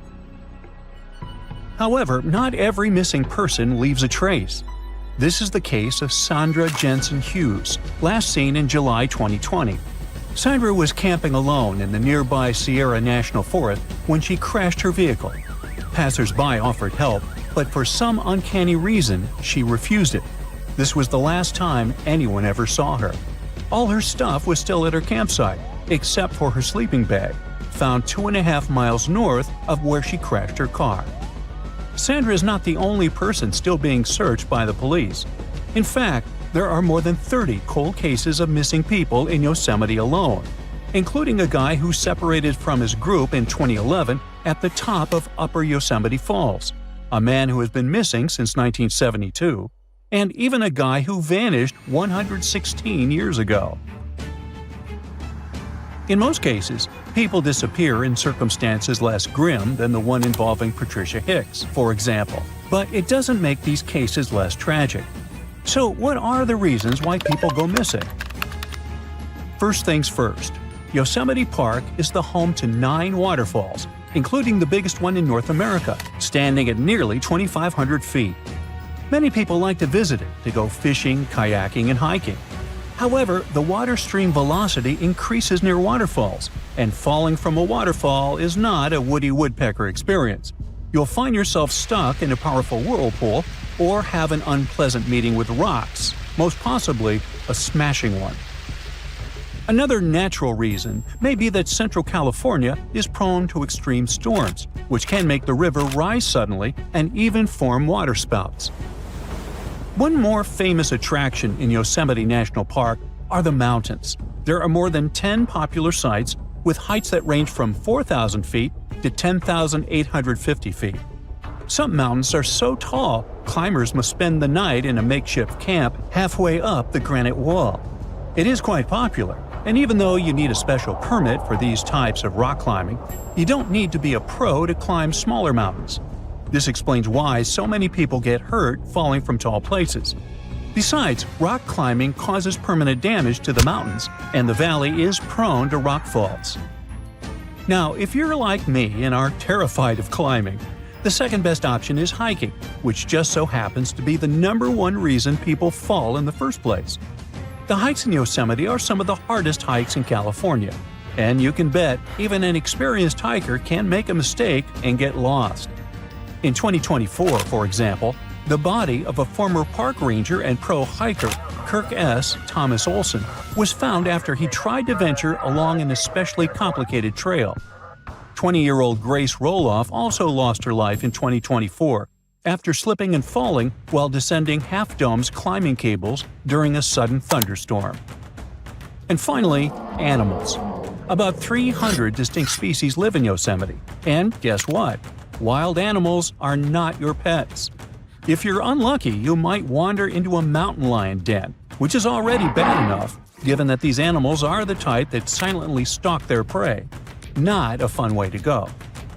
But the ones you really should be afraid of are black bears. They usually only eat tall grass and berries, but they will break into your car, tent, or lodge if they smell food. And unlike mountain lions, black bears are not afraid of humans. Now, the National Park Service makes it clear that rescue is not a certainty and that you must be prepared to get yourself out of whatever trouble you got yourself into. But how do I do that, you might ask? Well, here are some pro tips to avoid getting caught in a tight spot. First, try not to do solo trips.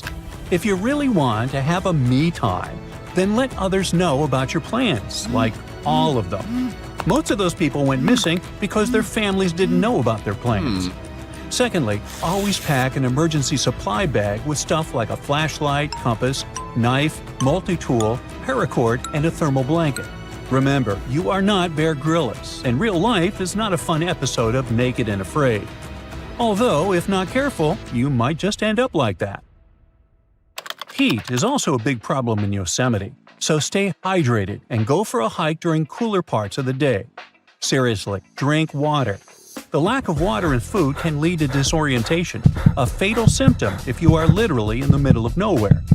But I'm visiting Yosemite during the winter. Well, one more reason to keep your water and food levels up, because you burn more calories when hiking in the snow. Survival expert Jesse Krebs also recommends always bringing a whistle with you if you need to call for help, especially if you haven't planned your trip well, which is a huge mistake. Wilderness is not a place for much improv, I'm afraid. Now, when it comes to hikes, some are so steep they require a cable route to help hikers.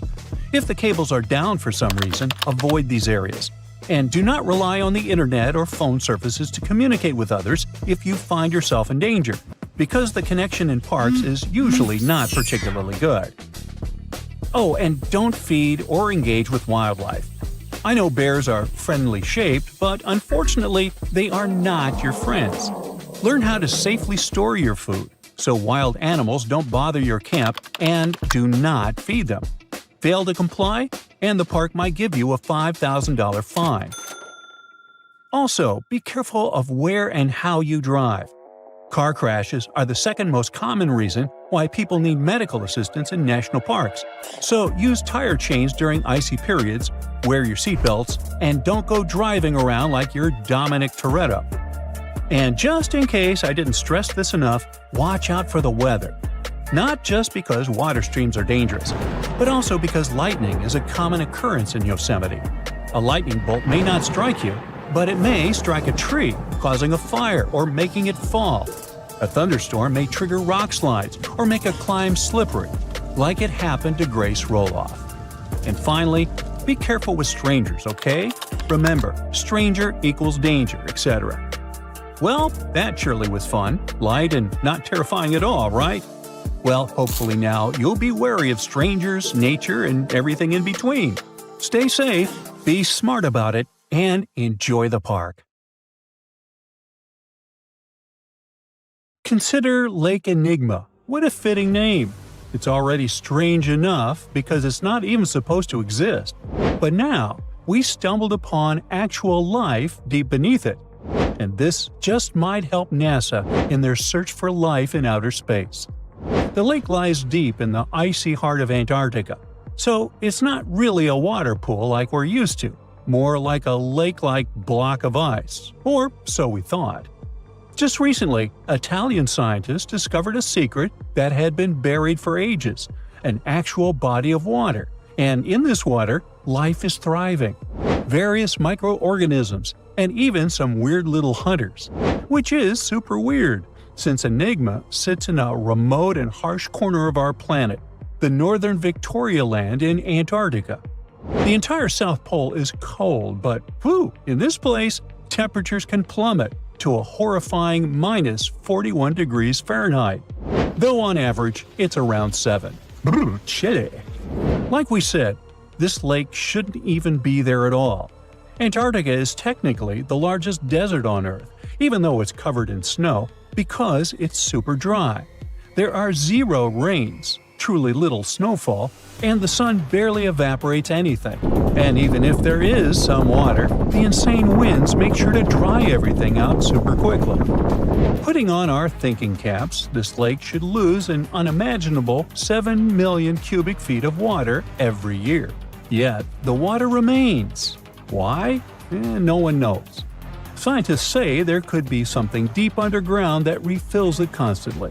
They just have no idea what that might be.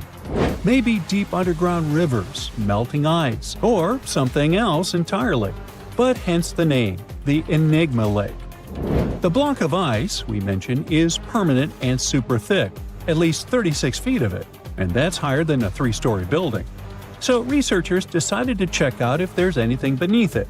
They used a so-called ground-penetrating radar, a super smart echo detector for the ground.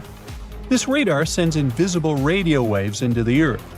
When they hit something underground, like rocks, water, or anything else, they bounce back to the device.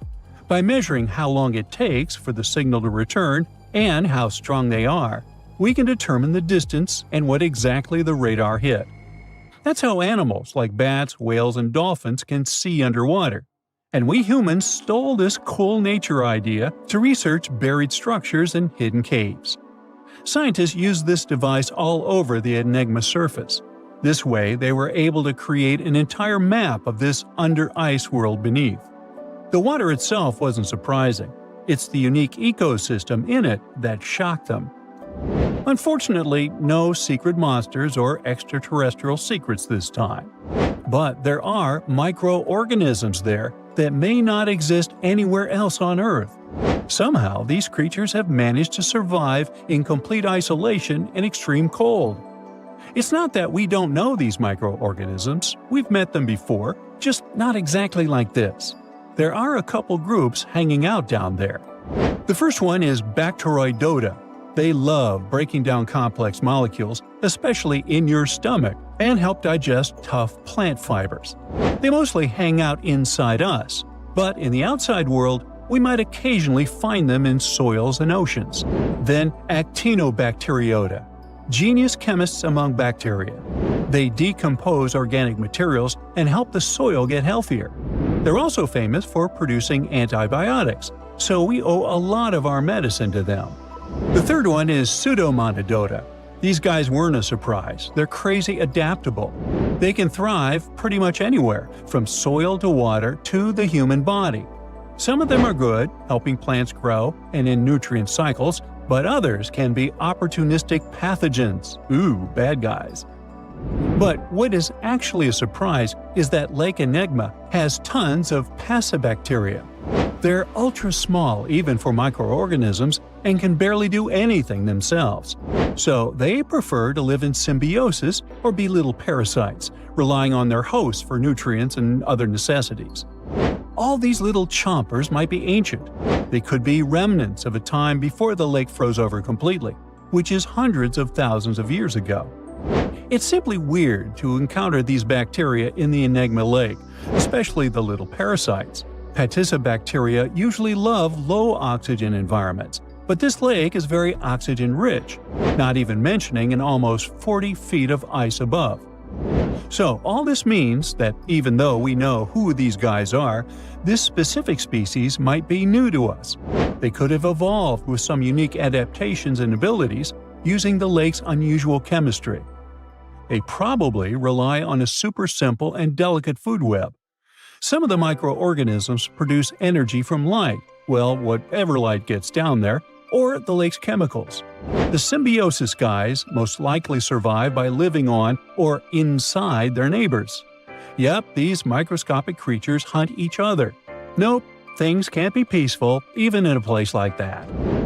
If we find out what their secret to survival is, we might learn more about chemistry, medicine, and even extraterrestrial life.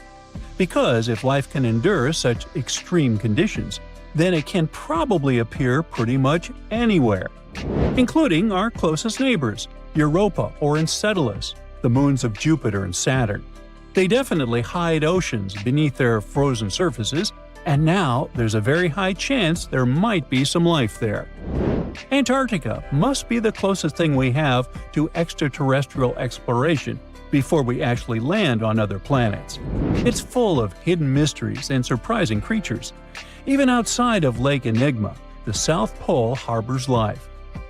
Just take the McMurdo Dry Valleys, which are often referred to as Earthly Mars. These are among the most mysterious and extreme places on our planet. They're stretching across Victoria Land in Antarctica, and this is one of the driest places on Earth. Makes sense if you remember the name. Surprisingly, unlike other parts of the South Pole, this land is almost entirely devoid of snow and ice, just lots of super cold ground. There might even be some sand dunes nestled here and there between the rugged mountains. The ground is mostly covered in loose gravel, scattered with ancient rocks made of granite, and something interesting called gneiss, just spelled differently. It's the type of rock that's been through a lot, literally. It's usually born when granite and sedimentary rocks have to endure insane pressure or horrifying heat for a while, a process called metamorphism.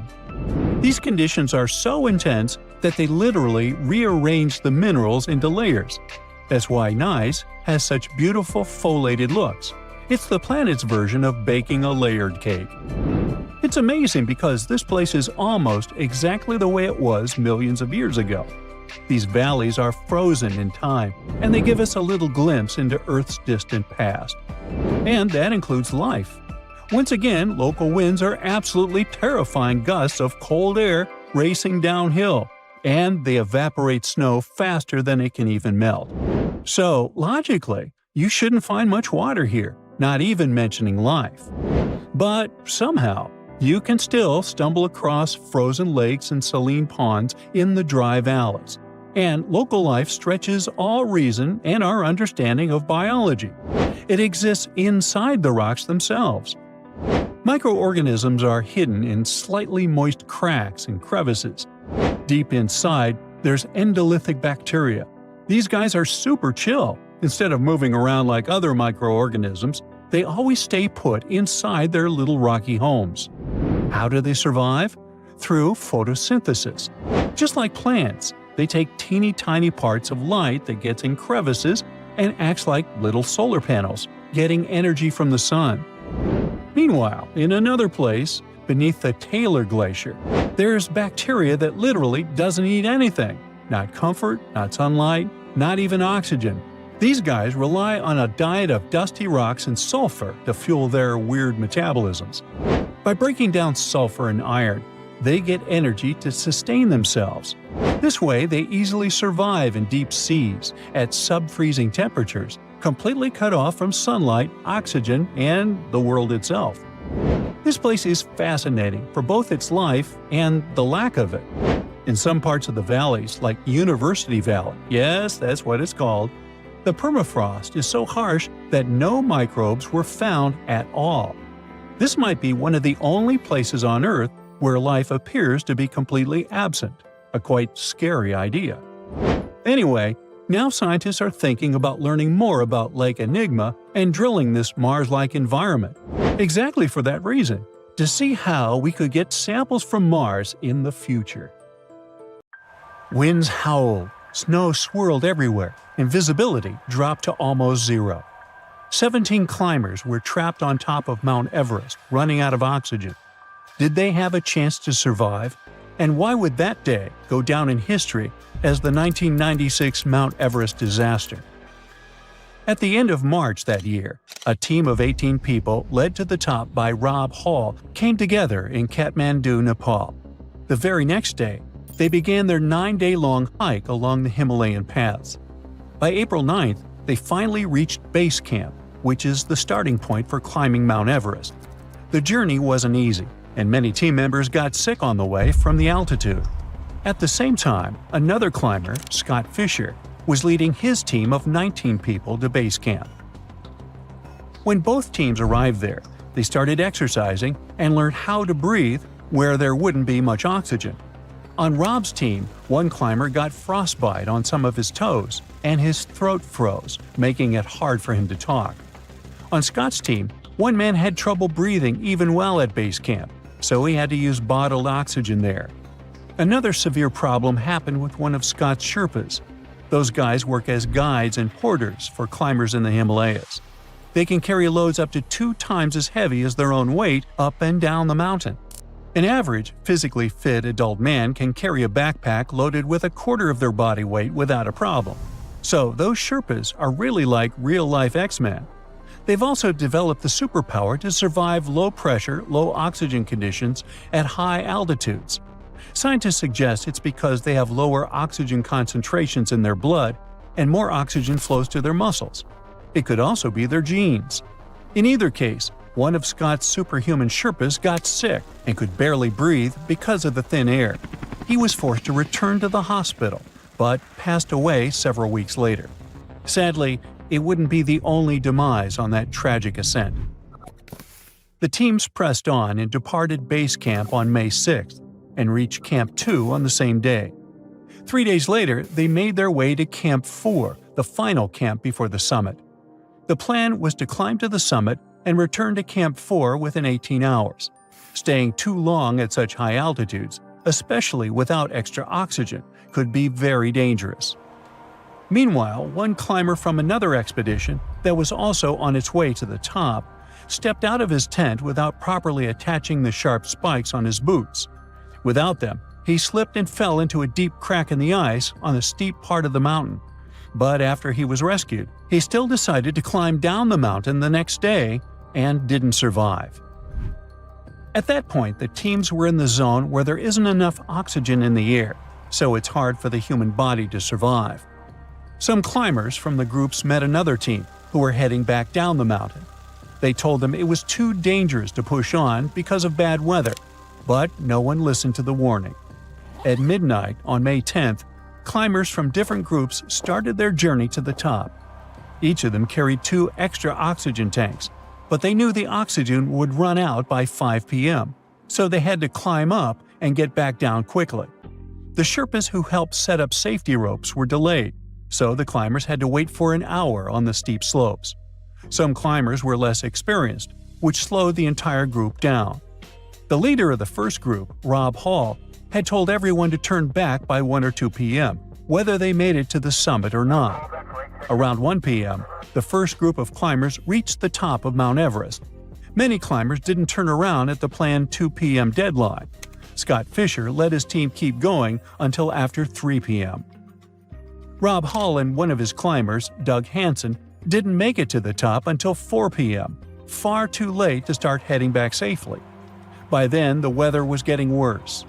By 3:30 p.m., a storm began rolling in, and by 6 p.m., it had become a full blizzard. Some climbers got back to camp safely, but by 10 p.m., half of the group was still stuck in the storm. One group was stranded at 27,000 feet, just 200 feet from Camp 4. The blizzard made it impossible to see, so they decided to huddle together and wait for the storm to pass. Rob Hall and Doug Hansen were stuck near a steep, icy section called Hillary Step. Hansen collapsed, and Hall stayed with him. Hansen's body was never found. Later, Sherpas found the bodies of other climbers at different altitudes on the mountain. The disaster took 8 lives in total and injured others. It was the highest number of fatalities within 24 hours on Mount Everest. 5 years after that, the mighty Everest did everything to stop Marco Sevridi from being the first person to snowboard all the way down its summit. The route he chose for the descent didn't have enough snow, so the French mountaineer and snowboarder had to choose another one. After just 660 feet of the journey, a fastening strap on his snowboard broke because of the cold. A Sherpa helped him to repair it, and he finished the descent to 21,000 feet in 2 hours. The next year, Marco came back to repeat his success on a different slope of Everest. It was August, so it was kinda late in the season, but it didn't stop him. Marco reached the summit with 3 Sherpas on the 8th of September. He was really tired by then, and the weather was changing, so his guides told him not to go. But he didn't listen. The Sherpas lost sight of him several times. About 4,300 feet below Camp 3, the Sherpas saw a distant figure of a man who stood up and then disappeared down the mountain. No one ever found either Sevridi or snowboard tracks leading to his last refuge. But we might still hear about Marco, as it sometimes takes about 100 years to find traces of someone who was lost on Everest. On June 8, 1924, Andrew Sandy Irvine and George Mallory set out to do something no one had ever done before: reach the top of Mount Everest. But something went wrong, and the 2 men vanished in the icy heights. No one knew if they had made it to the summit before disappearing. If they had succeeded, they would have beaten the first ascent record that was set only 29 years later. In 1999, climbers found Mallory's body on the mountain. But then, for some reason, the body mysteriously disappeared. Climbers couldn't locate it with drones or cameras, even though they had the exact coordinates of the spot. It looks like someone moved it, but no one knows why. Then one day in September 2024, a team working on a National Geographic documentary spotted something unusual: a boot sticking out of the ice on a glacier far below the steep north face of Everest. The leather looked old and cracked, and the steel hobnails on the sole were from a time long ago. Inside the boot, they found a sock with a red label stitched inside. It said A.C. Irvine, confirming that these were Sandy Irvine's remains. A few days earlier, while hiking down the central Rongbuk Glacier, the team had discovered an old oxygen bottle from 1933. That bottle wasn't connected to Mallory and Irvine's climb, but it helped the team figure out where objects and bodies might fall if someone slipped down the mountain. Irvine had carried a small Kodak camera during the climb, and many believe the photos inside it might hold the answer to the biggest question: had they reached the summit before they passed away? Members of Irvine's family have offered DNA samples to confirm his identity. Hey, we landed on the moon. We sailed around the world. Romeo met Juliet. Hey, it's hard to imagine that there are creatures out there who saw it all happen. Immortal animals. Well, almost. Glass sponges are weird little creatures that sit in one place for thousands of years. From their favorite spot under the sea, they witnessed the first Europeans crossing over to the Americas. They can live up to 15,000 years. And what's even cooler is that they can control their aging process, speed it up or slow it down. They have a glass-like exoskeleton for protection. Lobsters can grow back a limb if they lose it, and they're basically immortal. They produce an unlimited number of enzymes that keeps their DNA young forever, and they just keep on growing. That means they outgrow their own shells. They have to shed their exoskeleton every now and then and upgrade to a bigger one. The largest lobster ever caught was 44 pounds off the coast of Nova Scotia. Scientists think this large lobster was around 100 years old. It was around when Edison invented the phonograph. This next creature is a mix between a jellyfish and a tree branch. Each end of the hydra has a ringed foot, and it spends its days chilling by lakes and rivers. Its tentacles grab onto tasty snacks that swim past it. So, what's the secret to its immortality? That's something everyone wants to know. The hydra has the ability to renew its stem cells. Scientists have been trying to do that for years. They can actually slow down their aging process.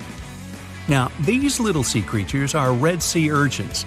They sit on seaweed in shallow waters and are immortal. Well, we haven't been studying them long enough to know for sure. But scientists say they only grow in size, not in age. What? Well, they sort of stay like little baby urchins, but grow in size. Adult, baby urchin, okay. These little babies can reach around 100 years old, even 200. The slowest on the list? The giant tortoise. It can reach 200 years old. And one of the oldest is Jonathan. He's technically the oldest crawling land animal. He was born in 1832 and lives it up on a remote island called St. Helena.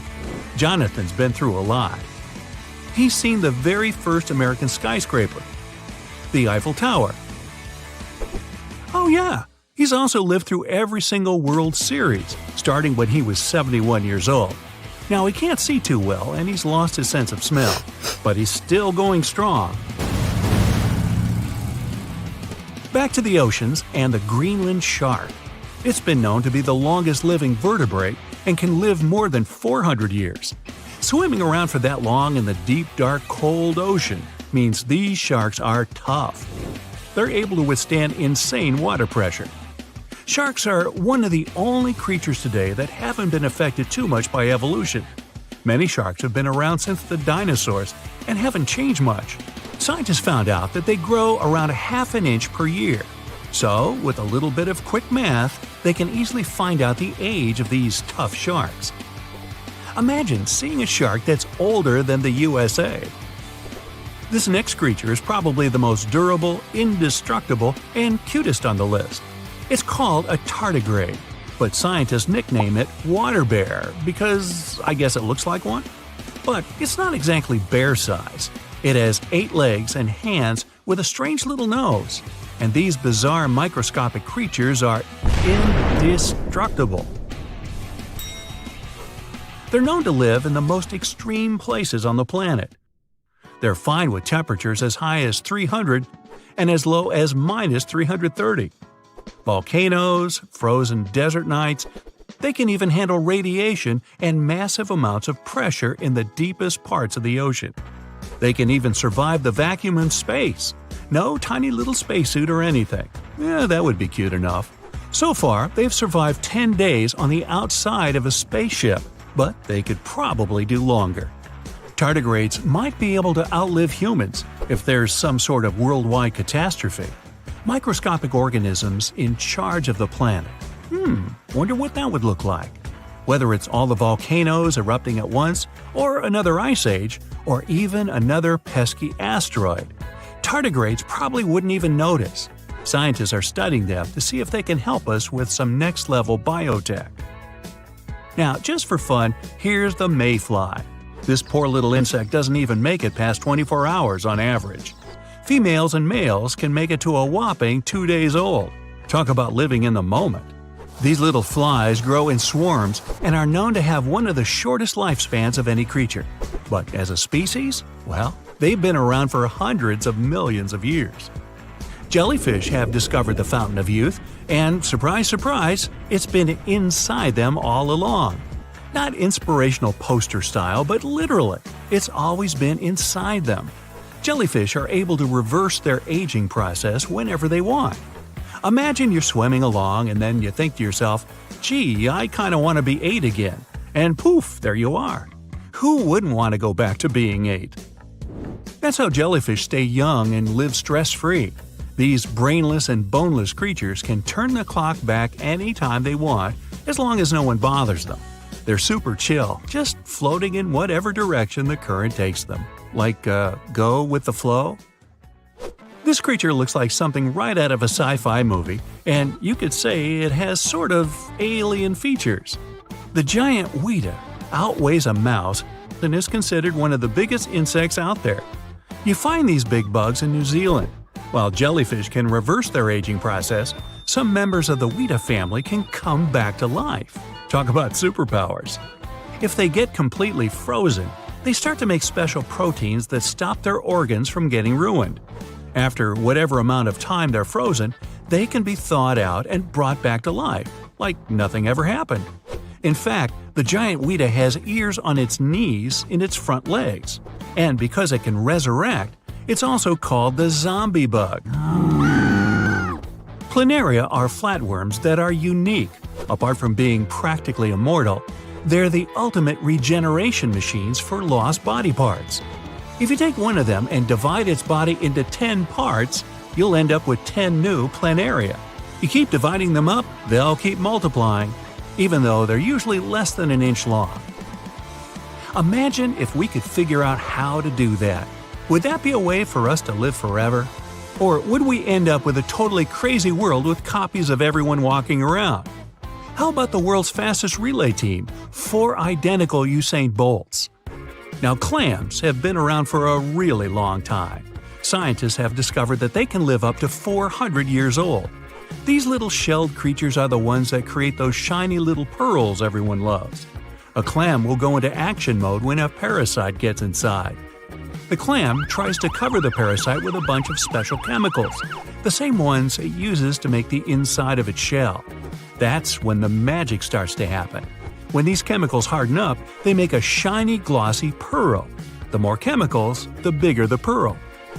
Now, this long, slippery-looking creature lives deep in the caves of Europe. The olm can live up to be 100 years old. It spends its days hunting for little insects, snails, and crabs with its tiny front arms and wriggling snake-like body. Its skin is so pale that some locals even call it the human fish. Hey, wait a minute. The olm is almost blind, but it can still detect light. It just mostly does it through its skin. Like other blind animals, it has a supercharged sense of hearing and smell. It gets its distinct look from those little red gills around its neck. You're lazing around on the deck of the ship when you see something whitish-gray covering the horizon. Like in a horror movie or your worst nightmare, this weird fog is nearing the vessel. It's infinite. You can't see where it starts or where it ends. Soon it makes the ship look like a grain of sand in a vast desert. That's when the realization hits. It's an iceberg, and your ship is likely going to repeat the Titanic's fate. Now, all this is a very likely scenario, since the world's biggest iceberg, A23A, is on the move again after months of spinning in a huge water vortex. And it's actually the second time in just a couple of years that this massive chunk of ice has broken free. The first time was in 2023, when the berg went wandering around after being stuck on the seafloor for a staggering 37 years. The thing is huge, about 3 times the size of New York City. It also weighs nearly 1 trillion tons. The giant chunk of ice first broke off from Antarctica's Filsner ice shelf back in 1986, but instead of floating away, it got grounded on the seafloor just a few miles from where it started. Because of that, it melted much more slowly than most icebergs. In December 2023, A23A finally broke free and started to drift away from Antarctica. But it didn't get far before getting stuck again, this time near the South Orkney Islands. It got trapped in something called a Taylor column. That's a huge spinning water current that forms when ocean currents swirl around an underwater mountain. At one point, A23A was rotating around 15 degrees counterclockwise every day. Luckily, as of December 2024, the iceberg escaped the Taylor column and is now slowly moving again. Researchers are super curious to see if it'll follow the same path as other giant icebergs that have broken off from Antarctica, or if it'll find its own unique way. Such enormous icebergs, such as A23A, release nutrients into the water as they melt, and it can actually create hotspots of life in parts of the ocean that are usually pretty empty. But there's still a lot we don't understand about how the size, shape, or origin of the iceberg might affect that process. So, to figure it out, scientists have been collecting water samples from the areas A23A is expected to pass through, and they'll keep collecting samples as it drifts along. Hopefully, it'll give us a better idea of how massive icebergs like this one influence the ocean around them.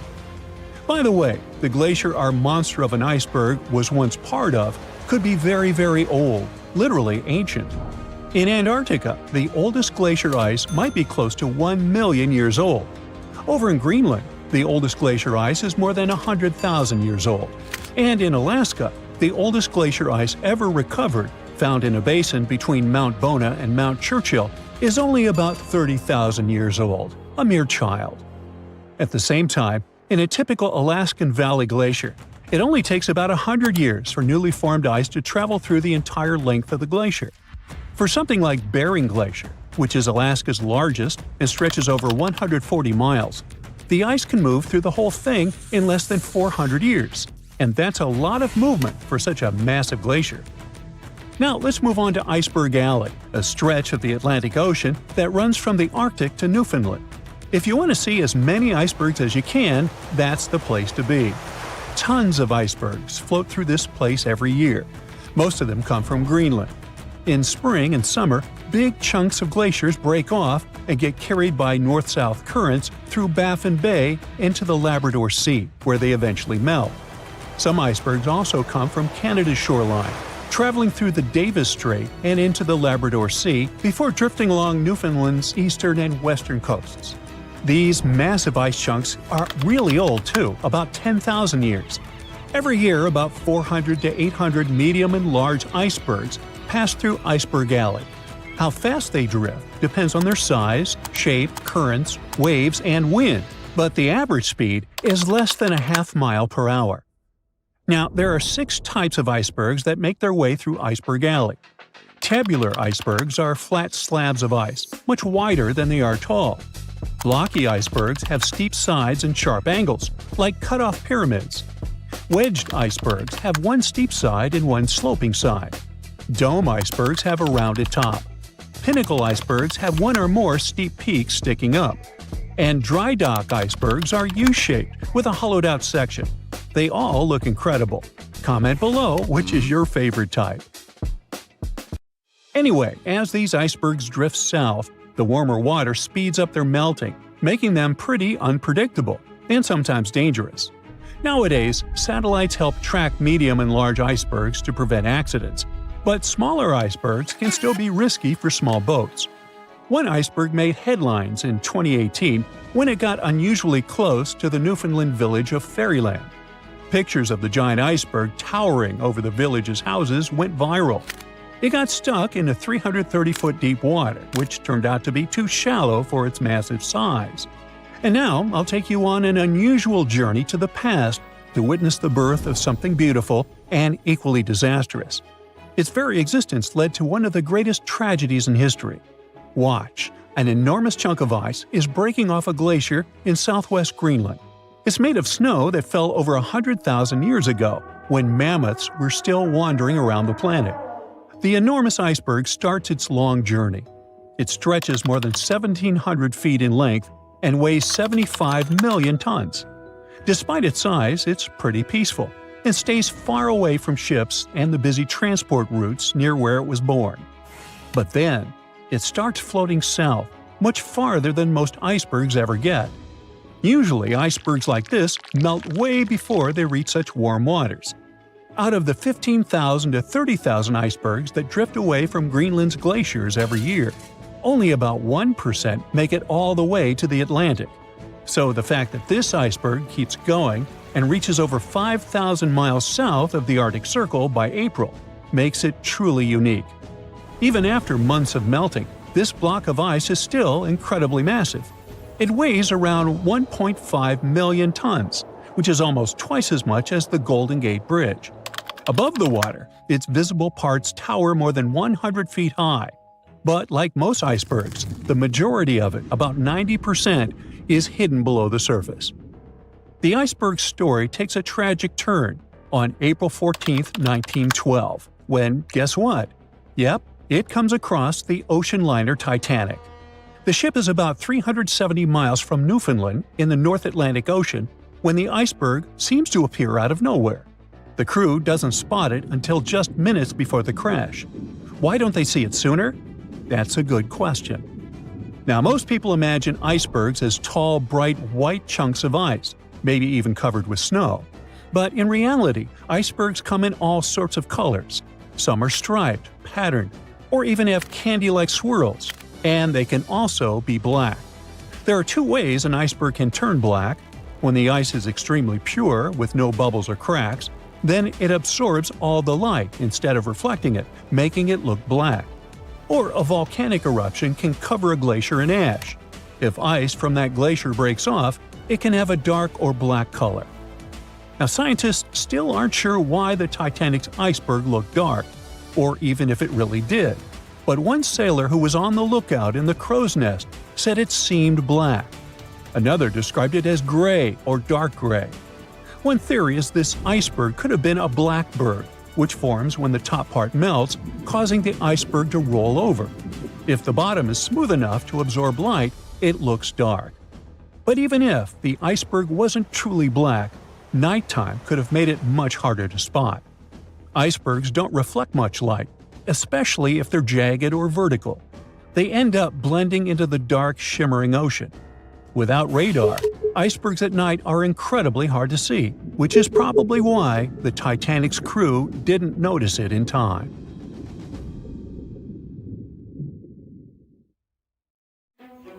Currently, there are approximately 20 billion animals inhabiting our world. If everything were ideal, we would have 5 billion more animals on Earth.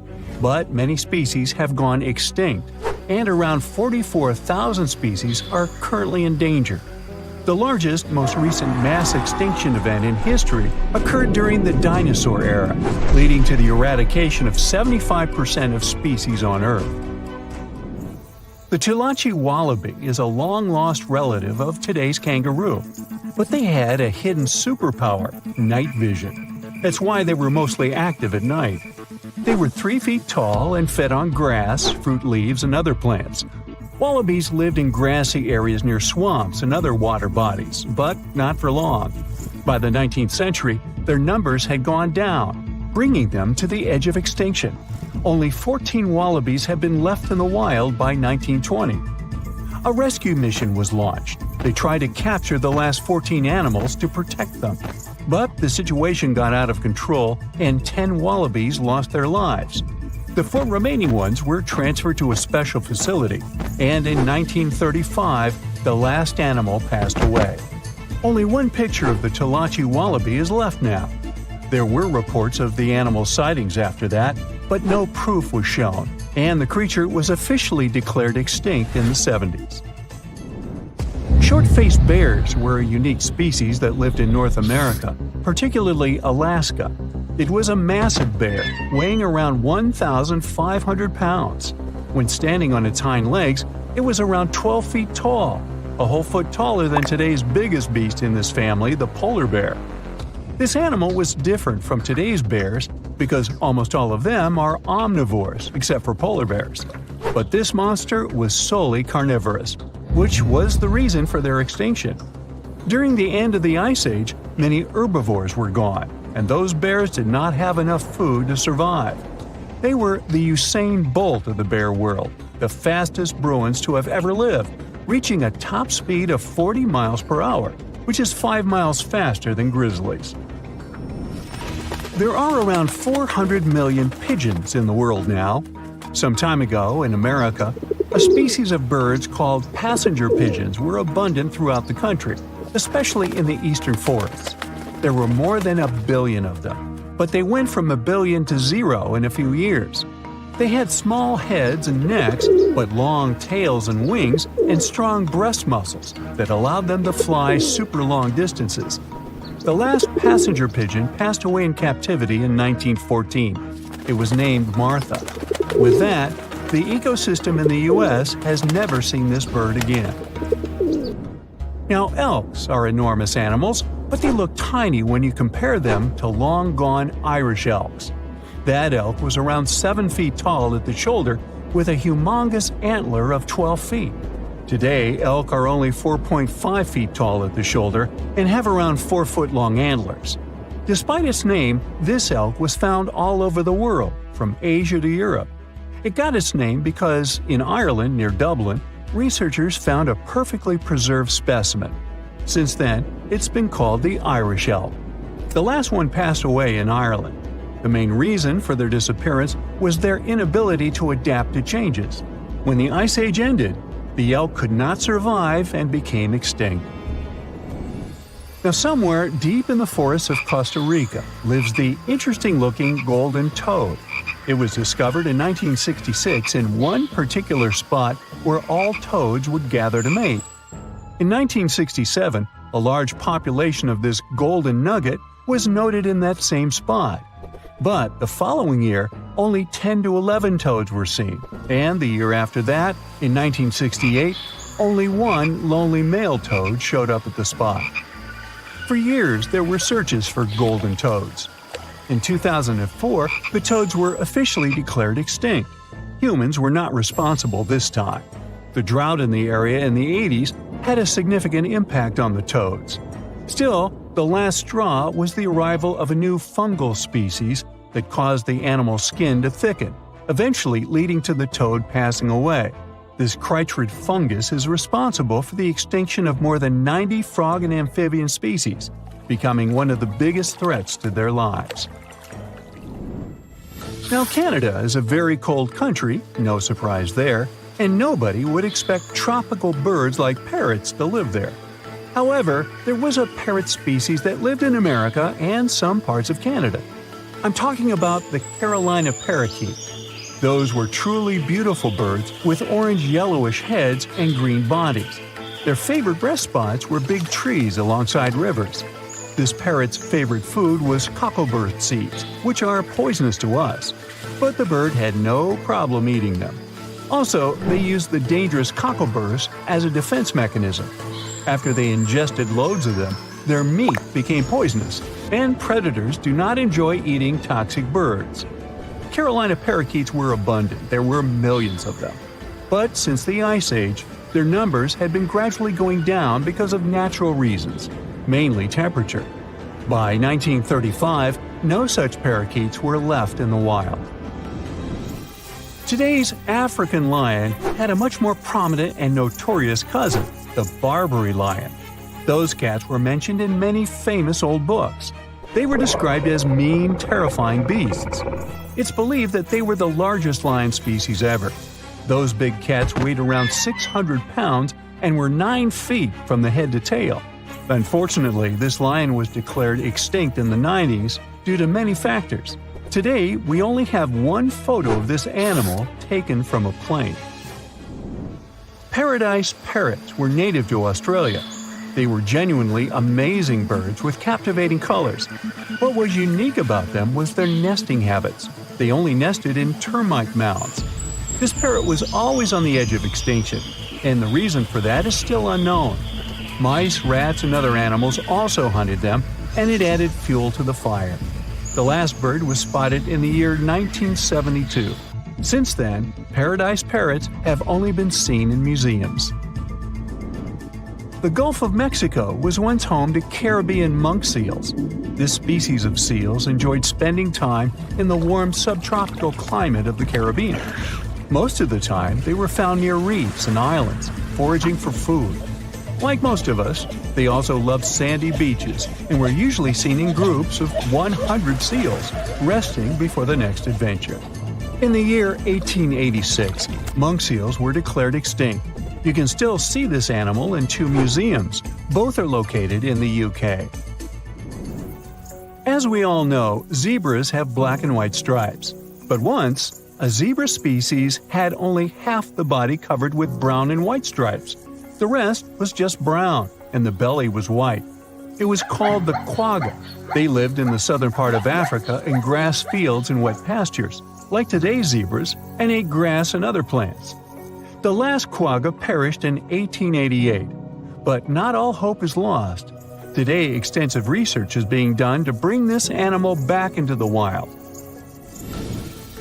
Australia is home to many outlandish animals, but the craziest ones are probably gastric brooding frogs.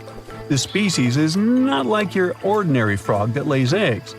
They hatch their young inside their stomach and give birth by vomiting around 25 fully formed young frogs. Sometimes their stomach becomes so bloated that they have to breathe through their skin. 2 species of this frog were discovered in the northern and southern parts of Australia in the 1970s by Mike Taylor.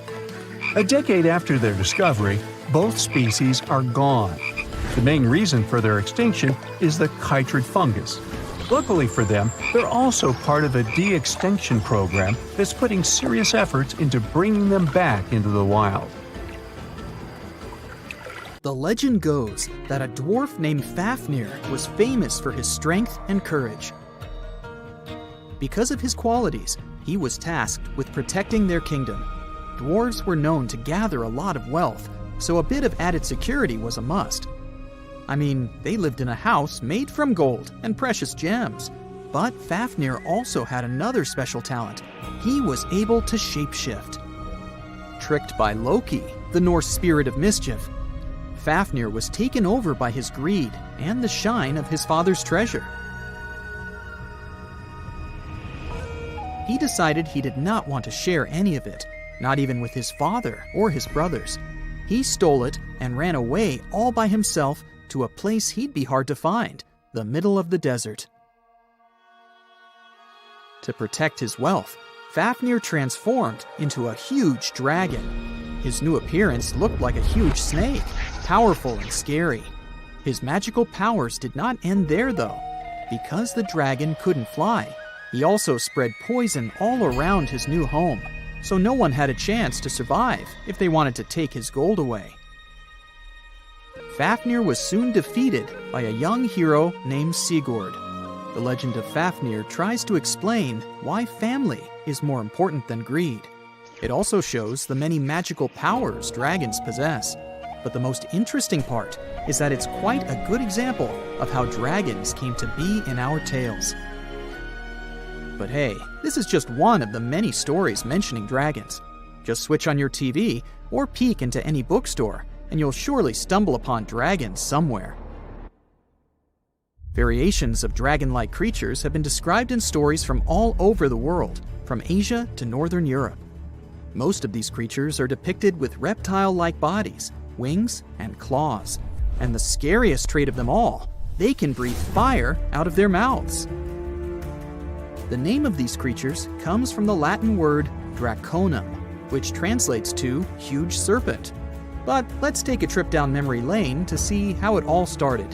An Asian historian, for example, discovered some fossils back in the 4th century BCE and decided that he'd stumbled upon dragons. It's easy to understand why he got so confused if you look at a fossilized stegosaurus. It was 30 feet long, 14 feet tall, and covered in armored plates and spikes. The Nile crocodile might have gotten mistaken for a dragon too. It still exists today and lives in sub-Saharan Africa. But it may have been more popular in ancient times. When reaching maturity, Nile crocodiles can grow up to 18 feet long. But that's not all. It can even walk with its body off the ground, and some were even pictured standing on their 2 back legs. Goannas are dragon-like lizards that live in Australia. Large as they are, they also have razor-sharp teeth and claws, and are also known to even produce venom. It's easy to see why goannas may be the source for the Australian version of dragons. When humans first discovered whale bones back in the day, we had no idea these animals lived in the sea. Given their size, we surely must have thought they were dangerous. And because we rarely see whales, if we don't go underwater of course, they were poorly understood and easily mistaken for dragons too. Probably the most interesting source of dragon mythology is actually the human brain. In a book called An Instinct for Dragons, there was a theory which claimed that dragons existed in almost all ancient cultures because we had evolved to fear large predators to survive. We aren't the only mammals to do this. Monkeys have an innate fear of snakes and large cats too, for example. When you combine these natural traits with folklore, you get a lot of dragon stories everywhere, adapted to each region. Reptilian beasts with magical powers date back as far as the origins of human civilization itself. I'm talking about ancient Mesopotamia. Humans back then used to believe in all sorts of creatures, but their head spirit was Marduk, the patron of the city of Babylon. If you look at the artwork from back then, Marduk was depicted with a snake-like dragon at his side. It could be either nice or vengeful, depending on what mood it was in. If you want to sign up to become a dragon, the first thing they'll ask you at the interview will be if you can breathe fire, of course. So scientists have tried to look into some ways that could make it real for dragons to breathe out fire without damaging their throats. To do that, they examined the bombardier beetle. This eccentric insect can pack up some really hot substances in its belly. Once the creature gets bothered by something, it shoots out a fiery load of chemicals. In all fairness, it's not really fire, but it does burn, so it's close enough. Going back to dragons, they'd need to have similar glands in their throats to produce the same effect. But where do dragons come from? They didn't just appear out of nowhere, regardless of the source you consult. Some tales, like that of Fafnir, say that even humans can turn into dragons. But the most popular theory is that dragons start out as eggs. Some sources even draft a series of stages a dragon has to go through during its life. Everything starts with hatching. Dragons are said to eat their way out of those shells and break the sides of the egg. Then there's the wormling stage, which is what dragon specialists, or dragonologists if you like, call a newly hatched dragon. It's still small and weak, but don't worry, it can take care of itself pretty well. The rest of a dragon's life stages are pretty self-explanatory. There are grown-up dragons, then ancient ones. A dragon's life ends when it reaches the twilight stage. Some sources claim dragons never stopped growing. Others even say they never reach the end of their lives. They just pass on to another type of spiritual existence. Dragons are known to be the symbol of a lot of different things. But that all depends on their origin. In some regions of Asia, they are known to bring luck, power, and wealth. To become a powerful warrior in Britain, you'd need to first defeat a dragon. That's why you often see them on flags. The flag of Wales, for example, has a large red dragon on a green and white background. Western stories aren't as nice to dragons. They are often seen as evil and vengeful. Another myth associated with dragons is that they love gold and precious stones. This greedy side of their temperament seems to date back to ancient Greece, where dragons were tasked with guarding treasures. Some of these guarding dragons were seen in such tales as The Hobbit and in the Harry Potter series. As for dragons' magical abilities, they also vary a lot.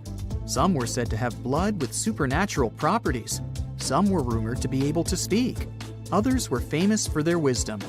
A lot of dragons in ancient literature could fly or shapeshift, even into humans.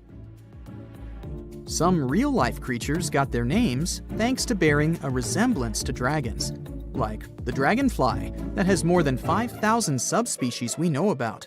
It got its name from folklore tales, as Europeans in the Middle Ages saw it as an evil insect. Dragonflies were accused of some really nasty things, like biting people's eyes and mouths. But the creature that resembles mythical dragons most is a reptile called the flying dragon. They're seen in wooded areas of Southeast Asia.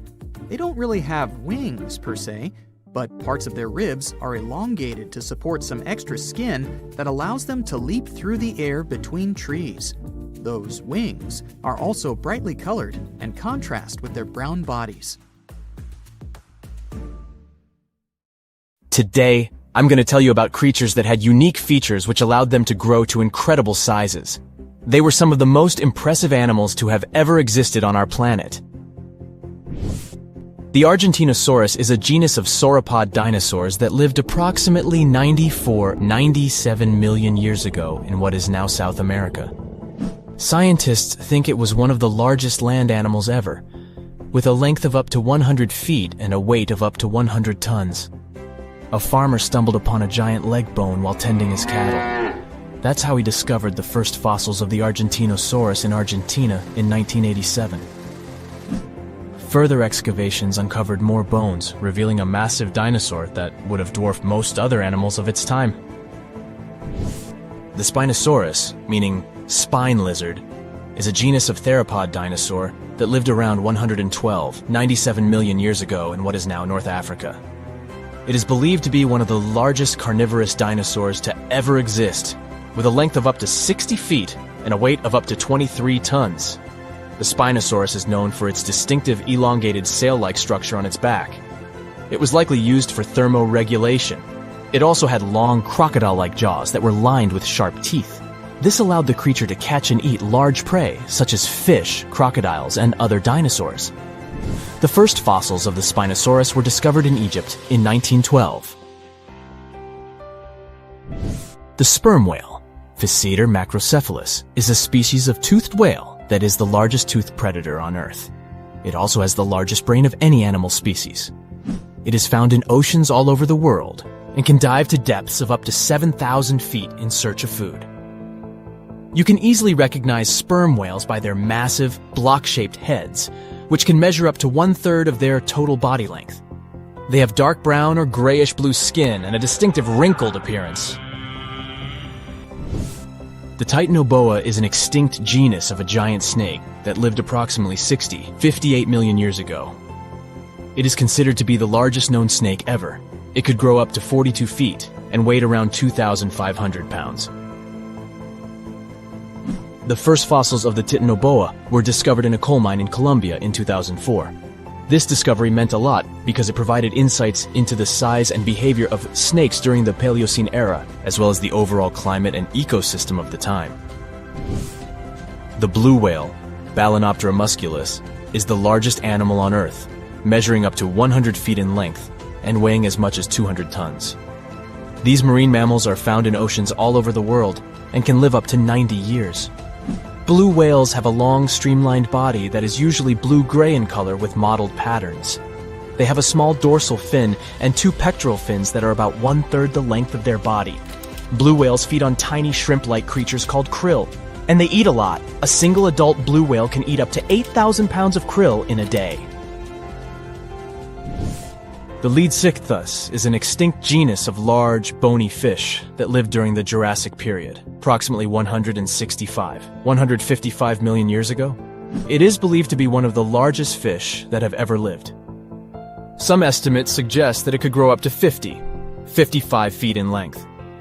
The first fossils of Leadsichthus were discovered in England in the 19th century, and more recent discoveries have been made in other parts of Europe, South America, and Africa.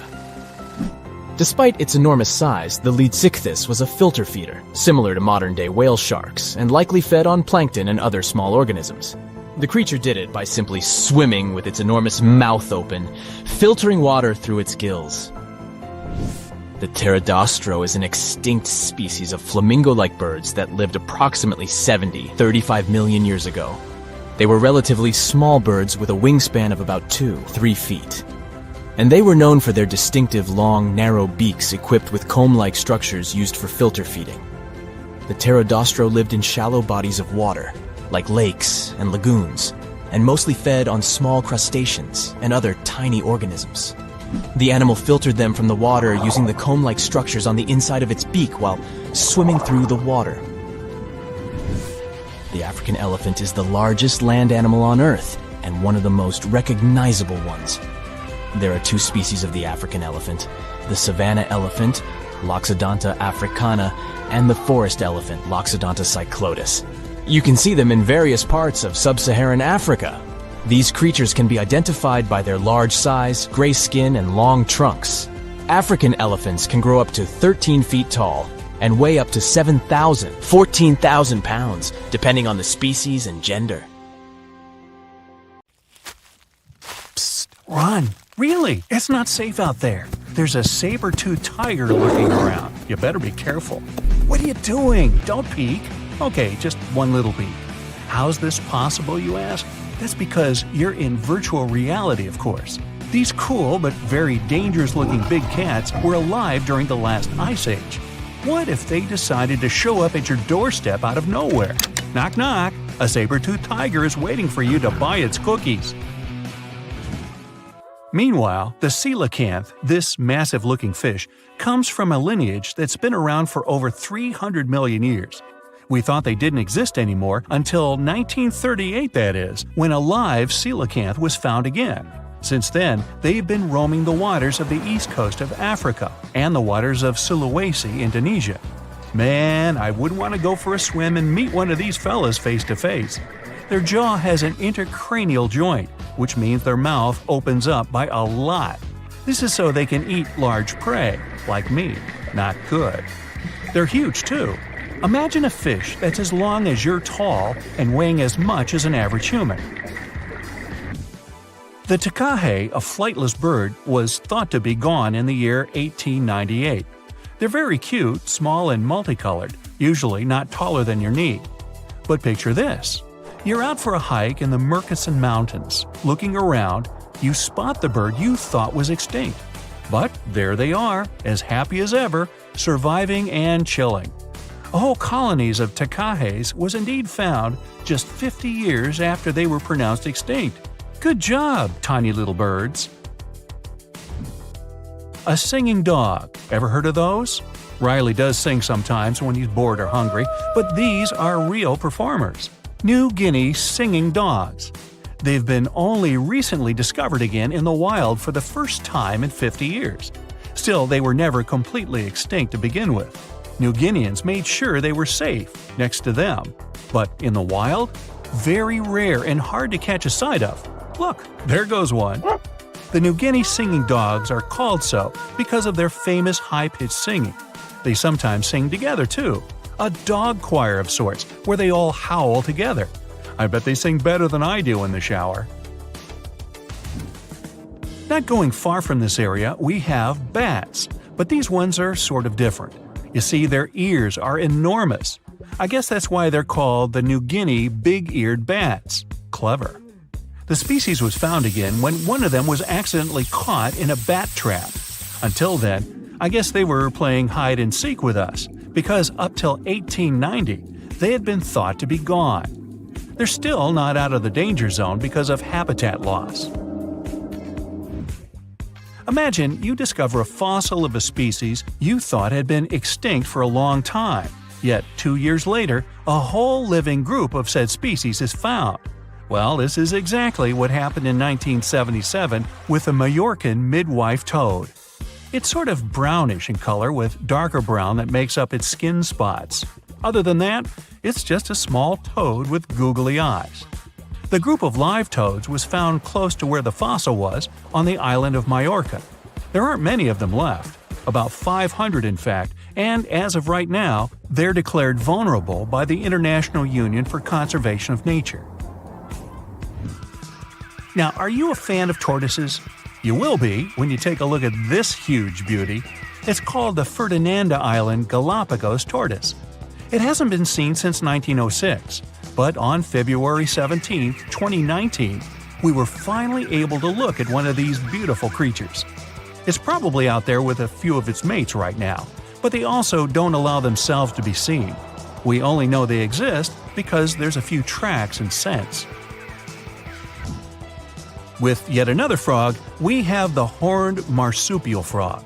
They're out and about in Ecuador, in the Chocó Forest to be more specific. They're called this way because of their distinctive horns directly on top of their eyes. You know the pouch kangaroos use to carry their offspring? Well, the female horned marsupial frog also has that, except it's on the back, so it acts as sort of a backpack. They develop their embryos there, and when they're ready to come out, they hatch as complete infants, unlike regular frogs where they start out as tadpoles. One more toad, the starry night toad or harlequin toad. They're black and covered with loads of white spots all over them.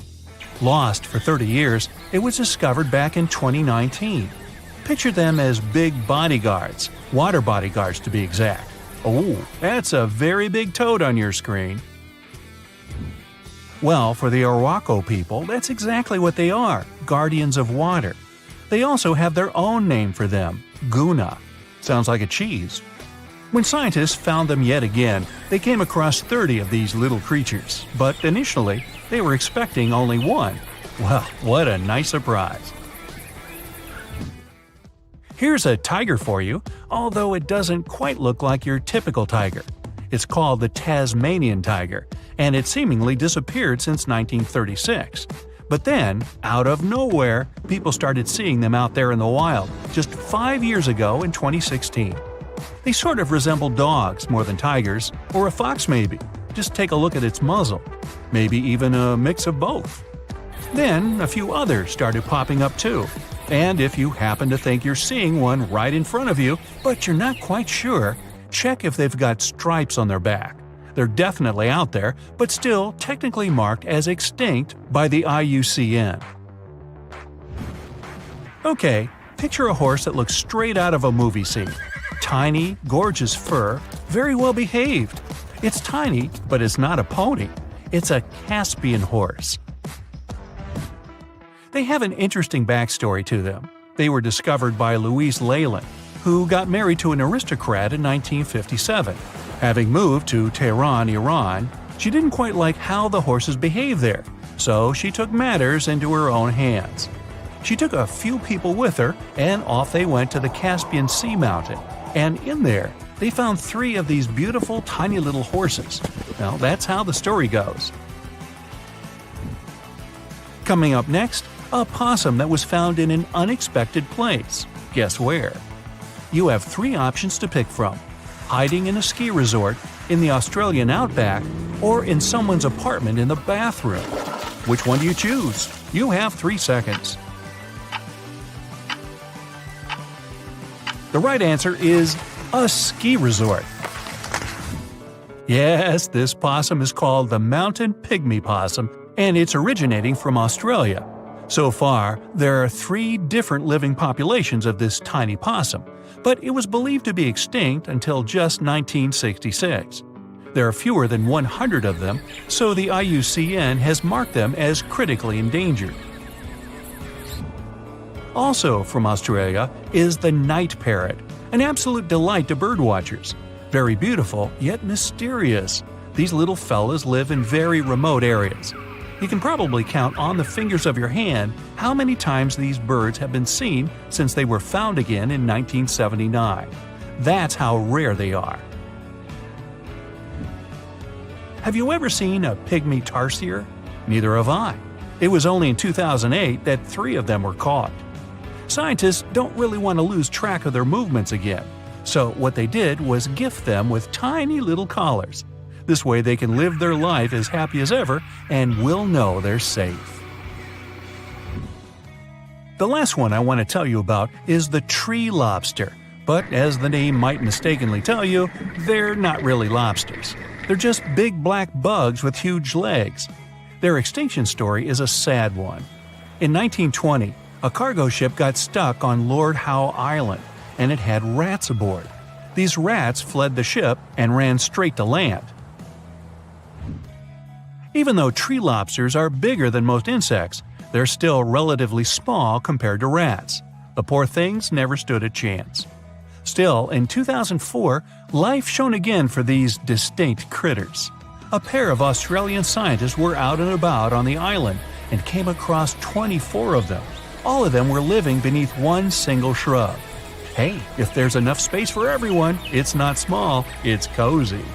Bottom line, it's better to be distinct than extinct. Don't you agree? You're on a ship when you notice some water foaming nearby.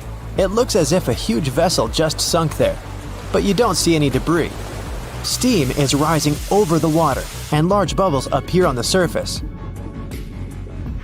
In a couple of minutes, you see a small piece of land appear right in front of your eyes. It's releasing flames and lava. Millions of gallons of water evaporate in the mouth of the volcano. Frightened, you get away from this place. For the next 3 years, the small island covered with volcanoes will slowly be emerging from the water. Every day, it'll erupt and fill the sky with black ash. When the ash settles, it'll get mixed with the water and form the shore. This eruption lasted 3 years, and finally, by 1967, the island of Surtsey on the southern coast of Iceland was fully formed. Surtsey is one of the few islands that have emerged from the depths to the surface of the sea. But it's almost impossible to get here. The island has a unique ecological system, and scientists want to find out how it's going to develop without human influence. Only a few people from all over the world have permission to walk around on the island. For many decades, people's minds have been occupied with the mystery of Easter Island, a remote piece of volcanic soil far away in the Pacific Ocean. But our planet hosts thousands of such lonely islands. What is so peculiar about this one? The mystery is concealed not in the island itself, but giant stone statues covering it. Who created the world-famous huge stone heads? Did they serve any specific purpose? Rapa Nui, which is the name given to Easter Island by its first inhabitants, is the territory of Chile and is situated in the southern Pacific Ocean. And it is so far away that you can easily consider it one of the most distant places on the world map. The only transport that can take you there is a plane. If you want to get to this destination point, you will need to spend 5 hours on board, flying from Santiago to Easter Island. The statues carry the name Moai. They started to be carved at some point between the 13th and 15th centuries. Rapa Nui statues are easily recognized thanks to their peculiar faces. They have long noses, wide chins, rectangular ears, heavy brows, and deeply set eyes. It is quite curious that the nostrils curl in the way fish hooks do. Firstly, people thought that the statues were made up only by their heads. But surprisingly, it turned out that there are full bodies that are attached to the heads. It was discovered during excavations in May 2012. The bodies were just hidden underground. Still, the heads of the statues, visible from the first site, make up 3/8 of each statue's size. As for the arms, they were carved against the bodies, resting in different positions. Most statues, 834 out of 887, were carved from the material called tuff, which is, in fact, compressed volcanic ash. Curiously, all the statues except one faced inland. It means their backs are turned to the ocean. Perhaps the reason for that was the belief that the statues were the protectors of the villagers. That's why they overlooked the settlement. The only statues not fitting into this pattern can be found at Ahu Akivi, a sacred place for the people of Rapa Nui. People keep wondering how the statues of such a huge weight have been distributed all around the island. What's more, in 1722, visitors found a small local population between 1,500 and 3,000 people. How could it correlate with the hundreds of statues on the island? The mystery surrounding the way Rapa Nui people could move the statues challenged the researchers, not letting them back off. In the 1980s, some of them decided to recreate a statue and check the possibility of moving it around. Several decades passed, and another group of American scientists proved that the islanders could tie ropes encircling the huge statues and move them with a walking motion. They backed up their theory with practice, moving a full-size replica using this method. Actually, their idea can explain why Rapa Nui folklore states that the statues were walking with the help of magic. It explains the way the statues were transported to their designated places. Our next stop is Brazil, far from the center of Sao Paulo. That's where you can find an island that's almost impossible to get to, but if you succeed, you're unlikely to leave it. It's called Snake Island. There's no other place on the planet with such a high concentration of snakes. They are the only owners of the island, since no other animals can survive among them. The golden lancehead. They are one of the most venomous species in the world. Their venom is very powerful and fast-acting. If you let this reptile bite a raw piece of meat, the place around the bite will start to melt. Count me out. Imagine you're on this island and the snakes don't bite you.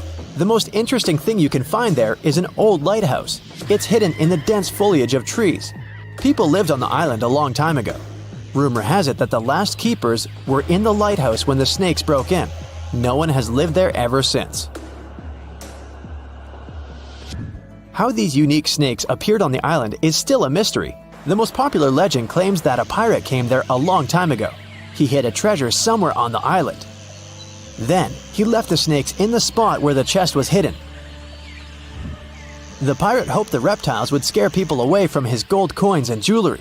Since then, a few snakes have managed to increase their population thousands of times. And some of them, reportedly, are wearing jewelry. No, not really. Even if you wanted to get to the island for some reason, the patrol services would stop you. Only a few people in special protective suits can get there to conduct scientific research. Susie gets here on a small boat. As soon as she steps on the ground, she turns on the live broadcast on her phone.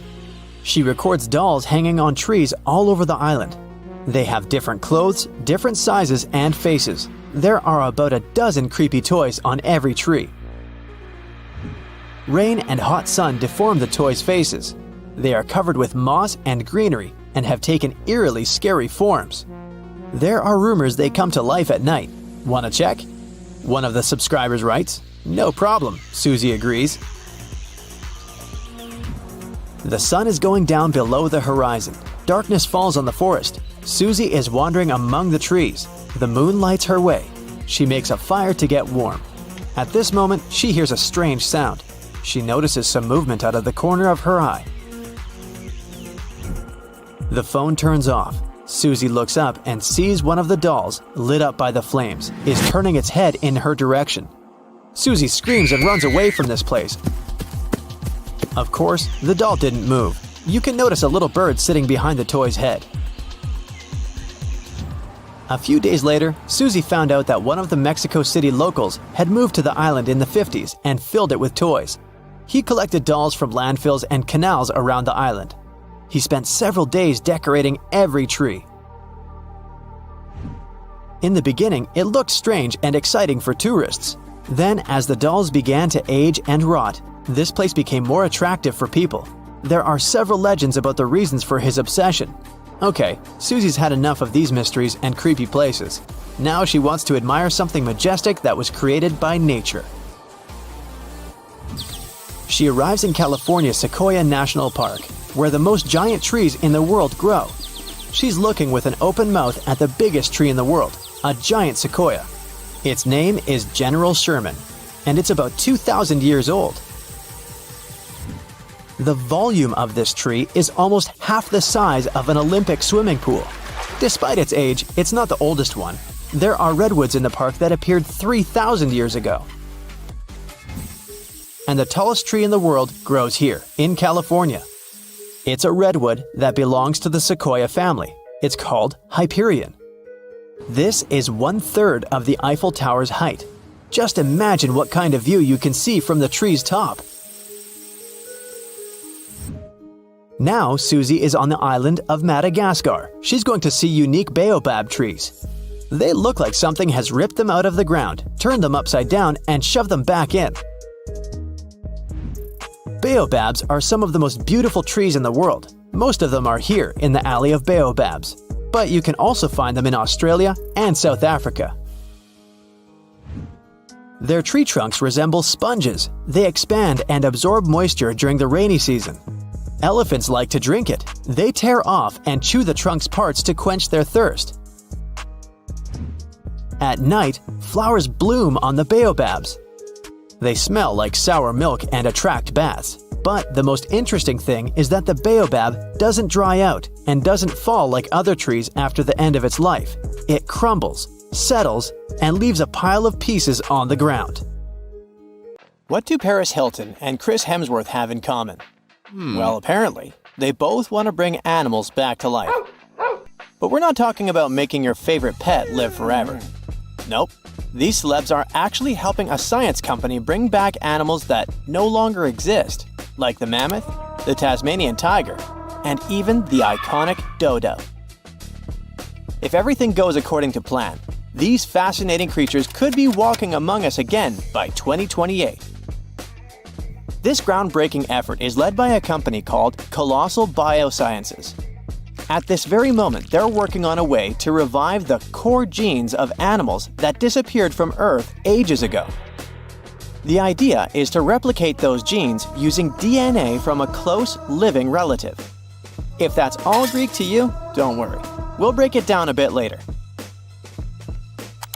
So, the mammoth is one of the animals they plan to bring back, and people are especially hyped about it. These incredible, massive creatures roamed parts of Africa, Europe, Asia, and North America until about 4,000 years ago. Some people might mix them up with modern elephants, but there are some key differences. For starters, they had huge curved tusks that curled inward and were used to dig for food. They also adapted to survive in freezing climates, like having 2 layers of thick fur to keep their blood warm. But mammoths and elephants do have a lot in common. The woolly mammoth shares 99.5% of its genes with its closest relative, the Asian elephant.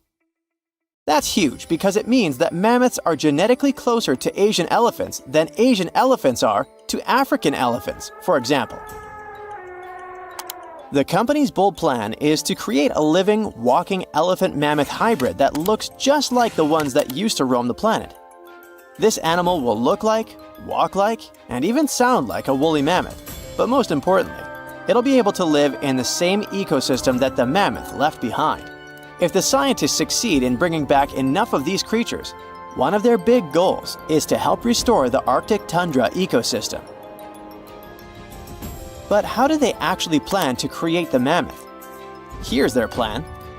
First, they need to find well-preserved samples of woolly mammoths in places like Alaska, for example. Then they'll need to sequence the mammoth's genome and the genome of its closest relative, the Asian elephant. The next step is to identify the important genes that made the woolly mammoth perfectly adapted to cold temperatures, like its shaggy hair, curved tusks, and dome-shaped cranium. In other words, they need to identify which genes make the mammoth, well, the mammoth. Now comes the interesting part. They will use top-notch gene editing tools, kind of like scissors, to cut the Asian elephant DNA and replace those spots with the mammoth sequence. This will allow them to create a new cell line and, later, an embryo. This embryo will grow inside a healthy female Asian elephant, who will be the surrogate. And just like that, a new, cold-adapted elephant will be born. Or at least, that's what scientists hope. Specialists predict that this Mammoth 2.0 could be on Earth as early as 2028. The reason it will take a while is that their gestation period is around 22 months. But if that deadline feels too far for you, there is actually a chance we could get a surprise a lot sooner. That's because some of the other animals they plan to revive have a much shorter gestation period, like Australia's thylacine, also known as the Tasmanian tiger. The company is also doing whatever it takes to give this animal a second shot at life. And the good news is that the process seems to be well advanced. Recently, the group announced that the Tasmanian tiger's genome is about 99% complete. This animal was native to the Australian mainland and the islands of Tasmania and New Guinea. A big part of the Tasmanian tiger population disappeared over 3,000 years ago. But about 5,000 of them kept roaming around until pretty recently. It's believed that the last thylacine passed away in 1936. To revive the Tasmanian tiger, scientists first need a sample of the ancient animal. So they took RNA molecules from a 110-year-old preserved head that had been kept in ethanol. The team was really lucky because it's rare to find old samples that are so well preserved, allowing scientists to use advanced DNA analysis techniques. And by that, I mean they did a full, complete analysis. By studying RNA samples from important tissue areas like the tongue, nasal cavity, brain, and eyes, experts were able to learn a bunch of interesting things about the Tasmanian tiger. They could figure out how its brain worked, and also what this beast could smell, see, and taste. By the way, these semi-nocturnal animals had a special appetite for small rodents, lizards, and birds. After finding the perfect sample, the process of reviving it will be pretty much the same as with the mammoth, but with an elephant as a DNA donor, of course. In the case of the Tasmanian tiger, its closest living relative is a small marsupial called the fat-tailed dunnart. Even though this animal is small, it is a ferocious carnivore. So experts believe the whole DNA editing process will work just fine with its sequence. Their goal is to turn a fat-tailed dunnart cell into a thylacine cell. To accomplish that, they did more than 300 unique genetic changes into a dunnart cell. So there is no doubt they're pushing all the boundaries to make the dream of reviving animals a reality. This project also plans to revive the iconic dodo. You know, that funny-looking bird from the paradisiacal island of Mauritius in the Indian Ocean? And here, things get a little trickier, since we don't know much about this creature, which has origins that go back about 23 million years. Basically, the only clues we have about what dodos looked like when they were alive come from a handful of drawings, paintings, and written descriptions from the 17th century. But since those pictures are all pretty different from each other, and only a few of them were based on real live dodos, we're still not 100% sure what they actually looked like.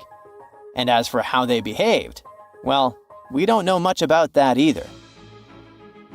That's why reviving this long-absent legend will be super interesting and really enlightening.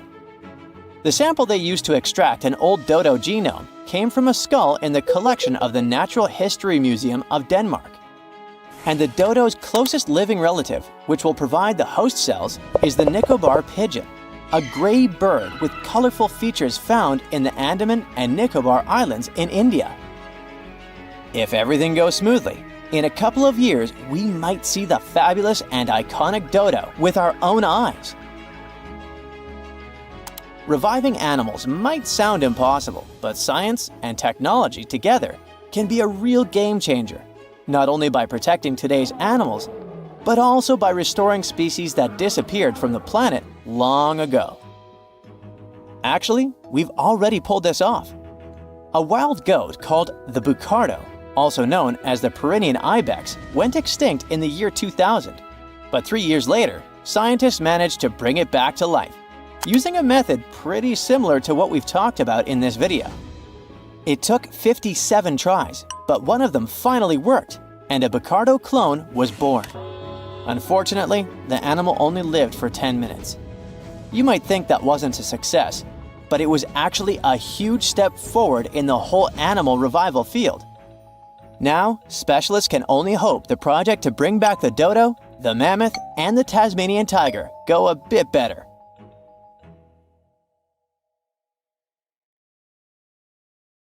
Your heart is racing.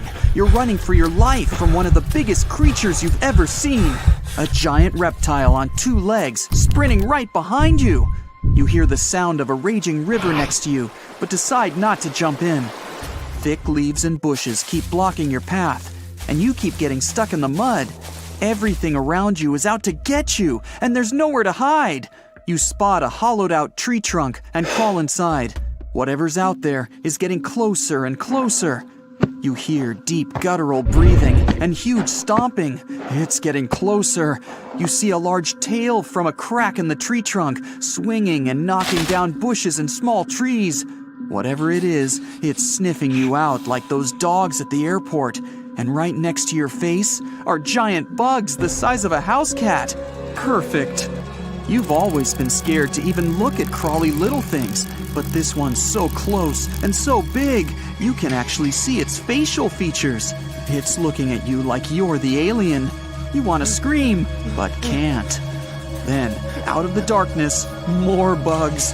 They're curious things, flicking their antennas all over your body. Okay, this is too much. A bug is one thing, but now, a giant centipede thing is crawling your way. Its fangs are the size of your thumb. You dart out of the tree trunk and come face to face with a giant monster. It stops and stares at you, knowing you have no place to go. Claws and teeth the size of bowling pins. That's enough to keep you up at night. It's getting ready to charge right at you. Welcome to the most dangerous period and area in history for a human, the mid-Cretaceous Sahara. This place was thriving around 100 million years ago in what would now be North Africa. Back then, the continents were all arranged differently, and the weather was wild. Extreme storms were pretty common, and temperatures would rise and fall like a Mexican wave at a soccer stadium. Then, sea levels started to rise.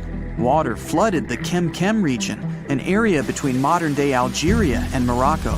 Over the next millions of years, asteroids, volcanic eruptions, and other natural disasters wiped out everything else. Bye-bye, dinosaurs. Thanks for playing. You probably think of the Sahara as one of the most inhospitable places on Earth, but back when it had trees and rivers, it was even more dangerous. The famous River of Giants was a huge river system that stretched from modern-day Egypt all the way to Morocco. The land was flat and not much vegetation grew there, but it was enough for life to exist. Frightening, scary life. That creature you're staring at, it's a giant, scary-looking theropod, and it's out to get you. Imagine a T-Rex-like dinosaur that's more than 32 feet tall and has an epic jawline. Scary stuff. They were the top dogs in the food chain back then. And that's why this place and period in history was so unique. The entire area had an incredible imbalance between hungry dinos and poor little dino snacks. There wasn't enough food to go around. Scientists were never able to find much evidence of herbivores. That means it might have been a royal rumble of carnivorous creatures waiting to pounce on each other at any moment. So, after a while of having a stare-down contest with a giant theropod, a shadow creeps up on you from behind. You're too scared to turn around, but the growling is louder than anything you've ever heard. It shakes you to the core. You turn around and see a Spinosaurus, and that's about all you can see. You know how they always show the T-Rex as the king of the dinosaurs? Well, this one would be, what, the emperor? It stands about 50 feet tall and has a sail of scales on its back, the size of a regular human. Then add in a crocodile-style snout with razor-sharp teeth and some short, powerful legs. Its diet mainly consists of river fish, but it's looking at you like you're a delicious fish taco. The two alphas are now in a standoff, with you stuck in the middle. But before you close your eyes and get ready to be eaten, they begin fighting each other, knocking down trees. You tiptoe your way out of there and run. The further you go, the better, right? Wrong. Not here, because everywhere you go, there's going to be something dangerous. During this period, there was danger in the sky, in the water, and on land. There were small mammals scurrying around here and there, but they mostly stayed in the shadows to avoid danger. After 5 minutes of running as fast as humanly possible, you make it out of the forest and onto an open plain. Bad move. Now there's nowhere to hide. Suddenly, you hear another shriek. You look behind you. Nothing. It's just short grass everywhere. Then you tilt your head up to the sky and see what looks like a giant bird. Only these are technically flying crocodiles. There were plenty of huge pterosaurs that ruled the skies. Alanqua saharica was a flying reptile that may have eaten fish in the river. Those fish must have been tasty. It had a huge wingspan and long, slender jaws. Oh, and it was the size of a small bus. This one found you and is racing down to catch you. You run for your life, again. And this time, there's no place to hide. Suddenly, you feel talons grasping onto you and you're lifted off the ground. You soar up. If you weren't scared out of your mind, you might have noticed how beautiful the giant river channels below you are. The Alanqua maneuvers like a fighter jet, headed for the mountains, dodging all obstacles. You see a large nest with some mini beasts in it. They're hungry and as large as you. Not a great combination. You try to break free, but it's impossible. The creature drops you in the middle of the nest and flies off. You try to cover yourself, but the little ones keep pecking away. It's only a matter of time before it's too late. You look down below you and see the river. You can't tell how deep it is, but it's got a really strong current. You're out of options. You dive into the raging river and get dragged along with the current. Safe for now-ish. Imagine it's 2021.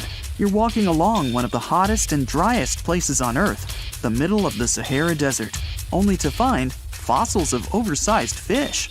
They ranged from bite-size to bus-size. Even freshwater sharks lived there. These weren't your average little fishies. Judging by their teeth, those guys meant business. You might even find a giant sea turtle swimming around. Okay, back to your wacky adventure.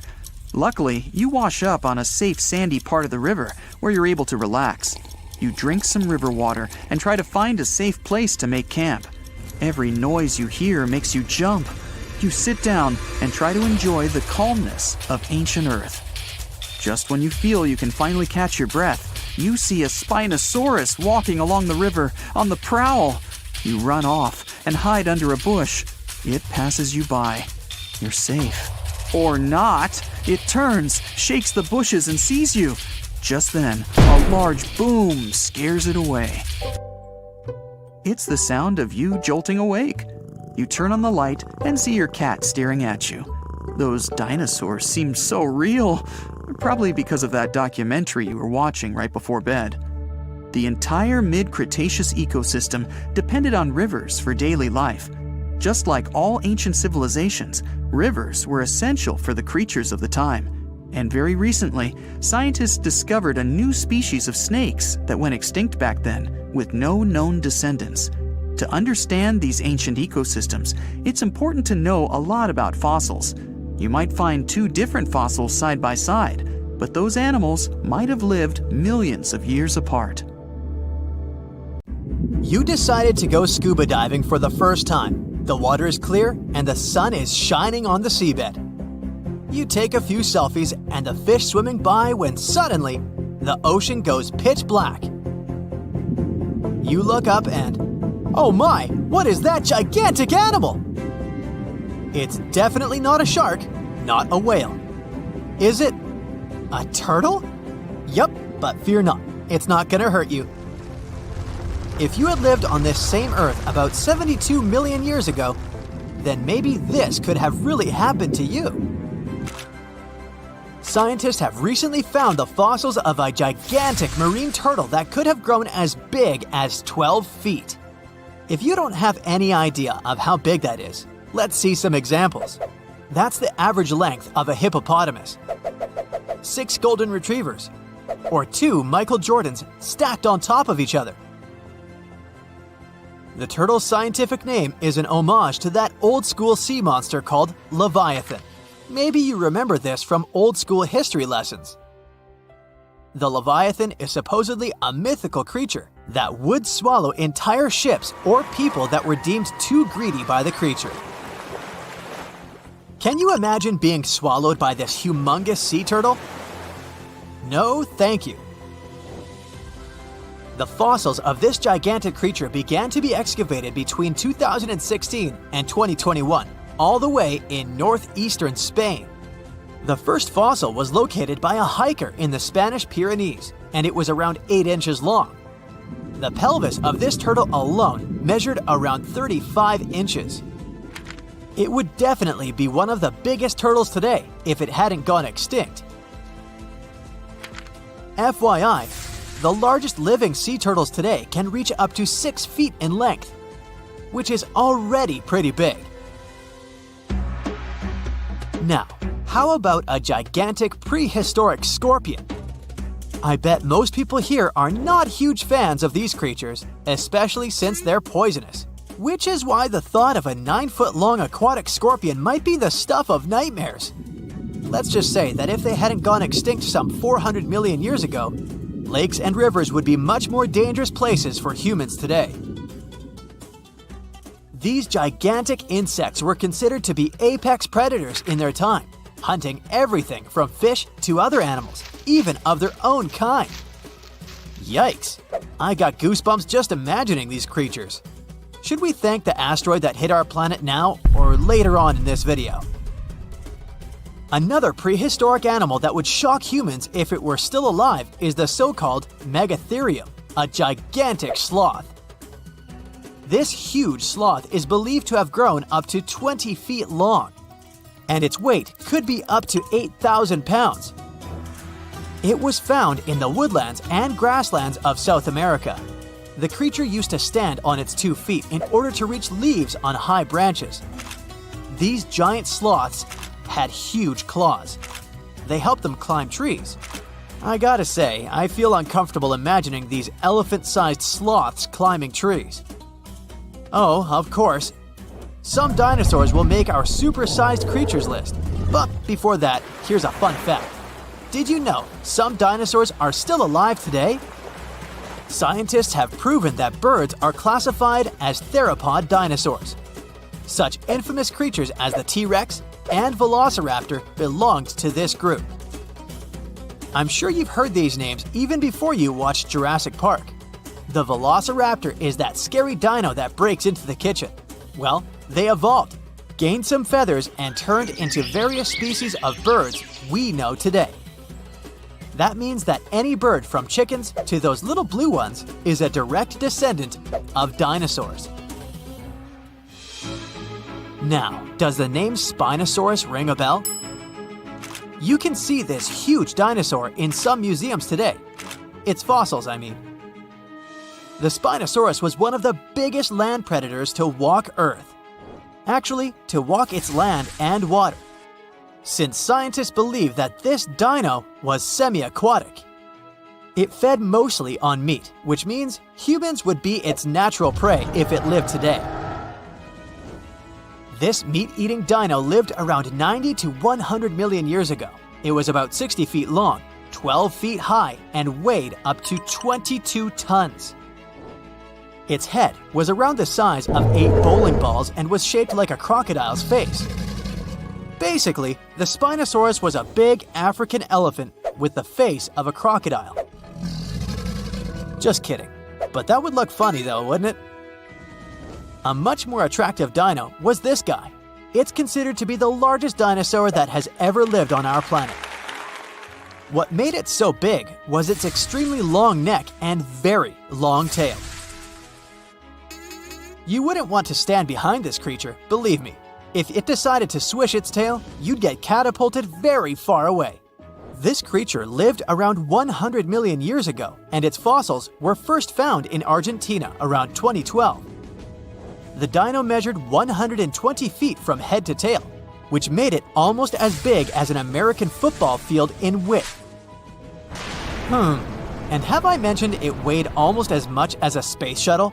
A staggering 75 tons. If it had been a carnivore, it would have probably been the greatest predator. But this big guy was a peaceful herbivore that had such a long neck that it could eat leaves from high trees. Cute, right? We must also talk about the Shastasaurus. As the name suggests, this animal is popularly known as the Mount Shasta lizard.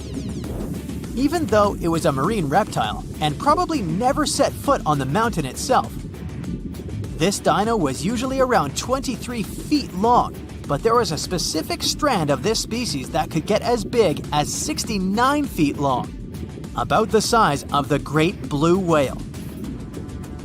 This made it the biggest marine reptile to have ever lived. A fun fact about the Shastasaurus is that scientists believe it didn't even have teeth, which means it could only feed on soft-bodied prey, such as squid, for example. The next animal on our list is the blue whale. Believe it or not, the biggest living animal on Earth actually started small. These days, the average mature blue whale can reach up to 100 feet in length and weigh up to 200 tons. That's more or less the weight of 40 elephants put together, or 30 Tyrannosaurus rexes, or 2,670 average-sized people. Blue whales have to eat up to 50 million calories per day to support that body. That's the equivalent of 30,000 Big Macs, just FYI. But blue whales weren't always this big. They actually evolved from a four-legged mammal that lived on Earth around 48 million years ago. Their ancestor was called Pakicetus, and it was only 6 feet long. Here's a fun fact. To be able to live in the water as one does today, the blue whale had to go through some intense adaptations. A blue whale can replace up to 80 to 90% of oxygen in its lungs each time it takes a breath. A human replaces only up to 15% for comparison. It allows these animals to dive for up to 1 hour at a time, down to a staggering depth of 330 feet. Elephants were bound to make the list. Elephants are currently the largest land animals on Earth. They can grow to be about 13 feet tall and weigh up to 7 tons. That's pretty small if we compare it to the other animals that once lived on Earth, right? But if we placed a 6-foot-tall human next to an elephant, we'll see it's not at all that small. African elephants are bigger than their close relatives, Asian elephants, and they have a similar lifespan to humans, up to 70 years. Pokemon might have made us collectively wish that salamanders were real-life dragons, although they're not. They can still be pretty cool, though. There's a giant species of salamander that is known to be the largest living amphibian. They can grow to be as long as a regular-sized human, reaching up to 6 feet. I bet that wouldn't be a pleasant underwater encounter. Now, if Earth's history were a movie, we humans would only take up the last second of the end credits. Our planet has been around for about 4.6 billion years, but our human story began about 300,000 years ago in Africa. Now, our ancestors had some wild adventures in nature. They could have run into creatures so big they'd make today's elephants look like puppies. The woolly mammoth is a pretty famous animal, sure. His cousin, though, the Colombian mammoth, not so much. This giant used to roam places from Canada all the way down to Mexico. Unlike the furrier woolly mammoths, which hung out in colder places, these animals had shorter hair, resembling huge elephants. They also had incredibly large tusks, like 12 feet worth of spiraling, sturdy tusks. And they weren't just for show, they came in handy when facing predators. That includes our ancestors. If you think about sloths these days, you're picturing these adorably slow creatures. They couldn't possibly be in your list of most dangerous animals. Well, their grandparents might have. For starters, we call them ground sloths, and they vary a lot in size.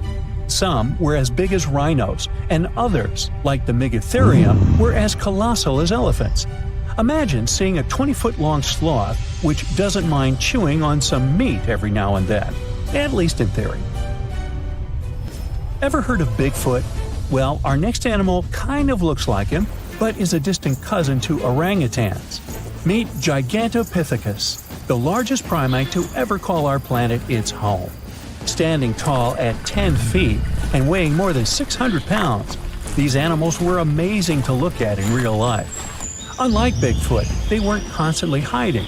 In fact, it's believed they were peaceful and gentle creatures.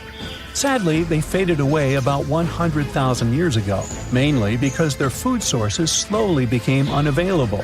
Those lush, fruity forests they called home eventually turned into dry grasslands. Next on our list is the cave hyena. Weighing a chunky 250 pounds and standing 3 feet tall, these beasts were as long as a grown-up lying down. What's even more interesting about these creatures is that they loved hanging out in groups.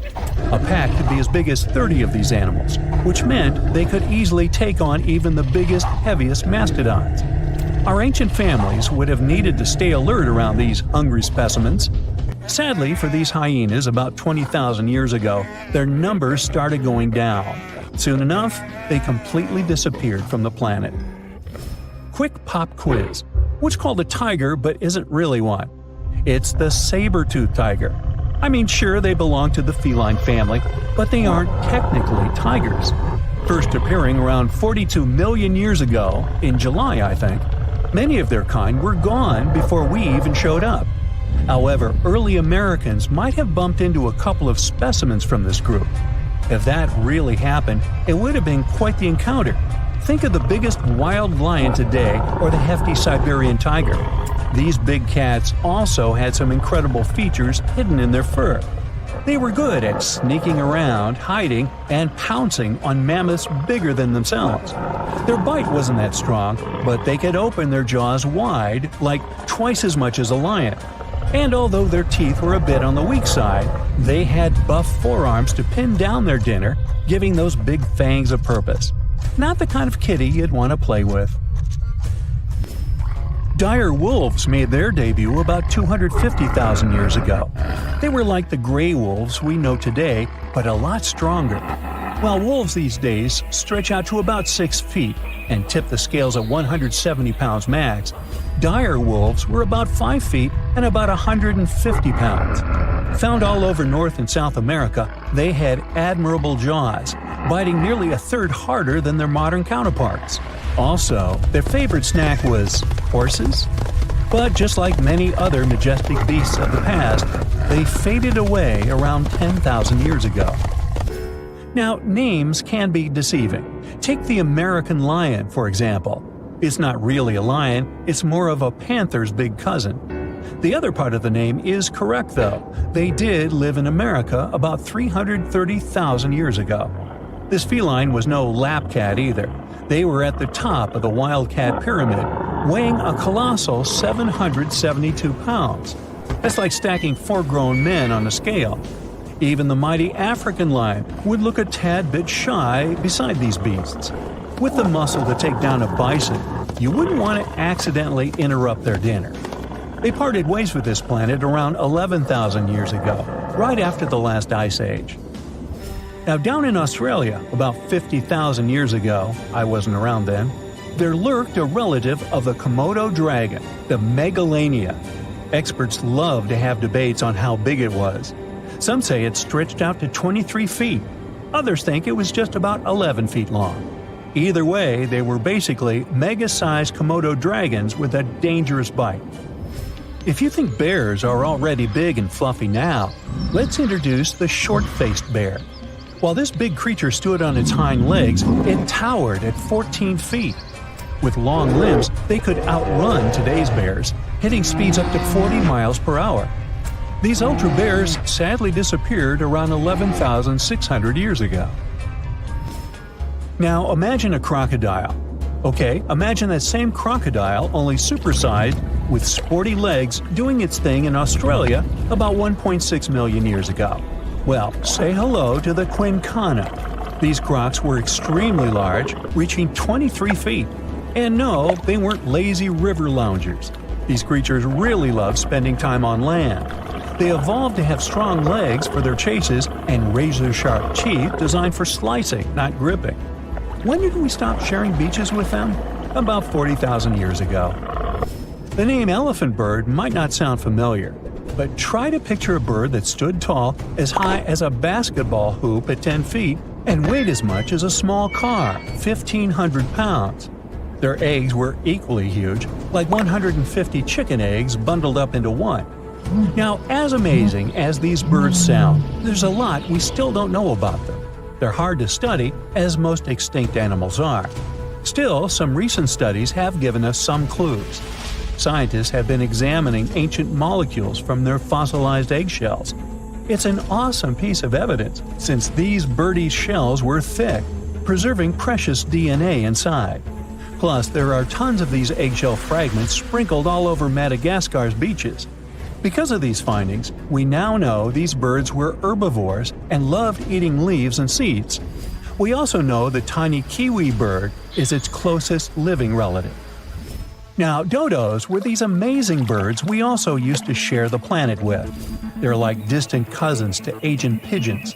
To give you some perspective, imagine a chunky bird weighing about 50 pounds. Similar to chickens, turkeys, and ostriches, dodos were also the types of birds that couldn't fly. Their wings were small, and they had the muscle strength of, well, a wet noodle. Now, you might have heard the word dodo used as a name for creatures that aren't that bright. Don't get confused, though, by this name. These birds were, in fact, intelligent. Scientists were able to figure that out by studying their fossils. It turns out that they were good at smelling stuff, unlike most birds that are all about the visuals. These creatures aren't around for us to study anymore, but that might change. One evolutionary biologist is on a mission to fully understand these amazing ancient birds. On that note, she revealed that the dodo's DNA has been completely sequenced. There are even talks about potentially bringing dodos back to life. They would make a nice addition to the lovely beaches of Mauritius, the place they used to call home many, many years ago.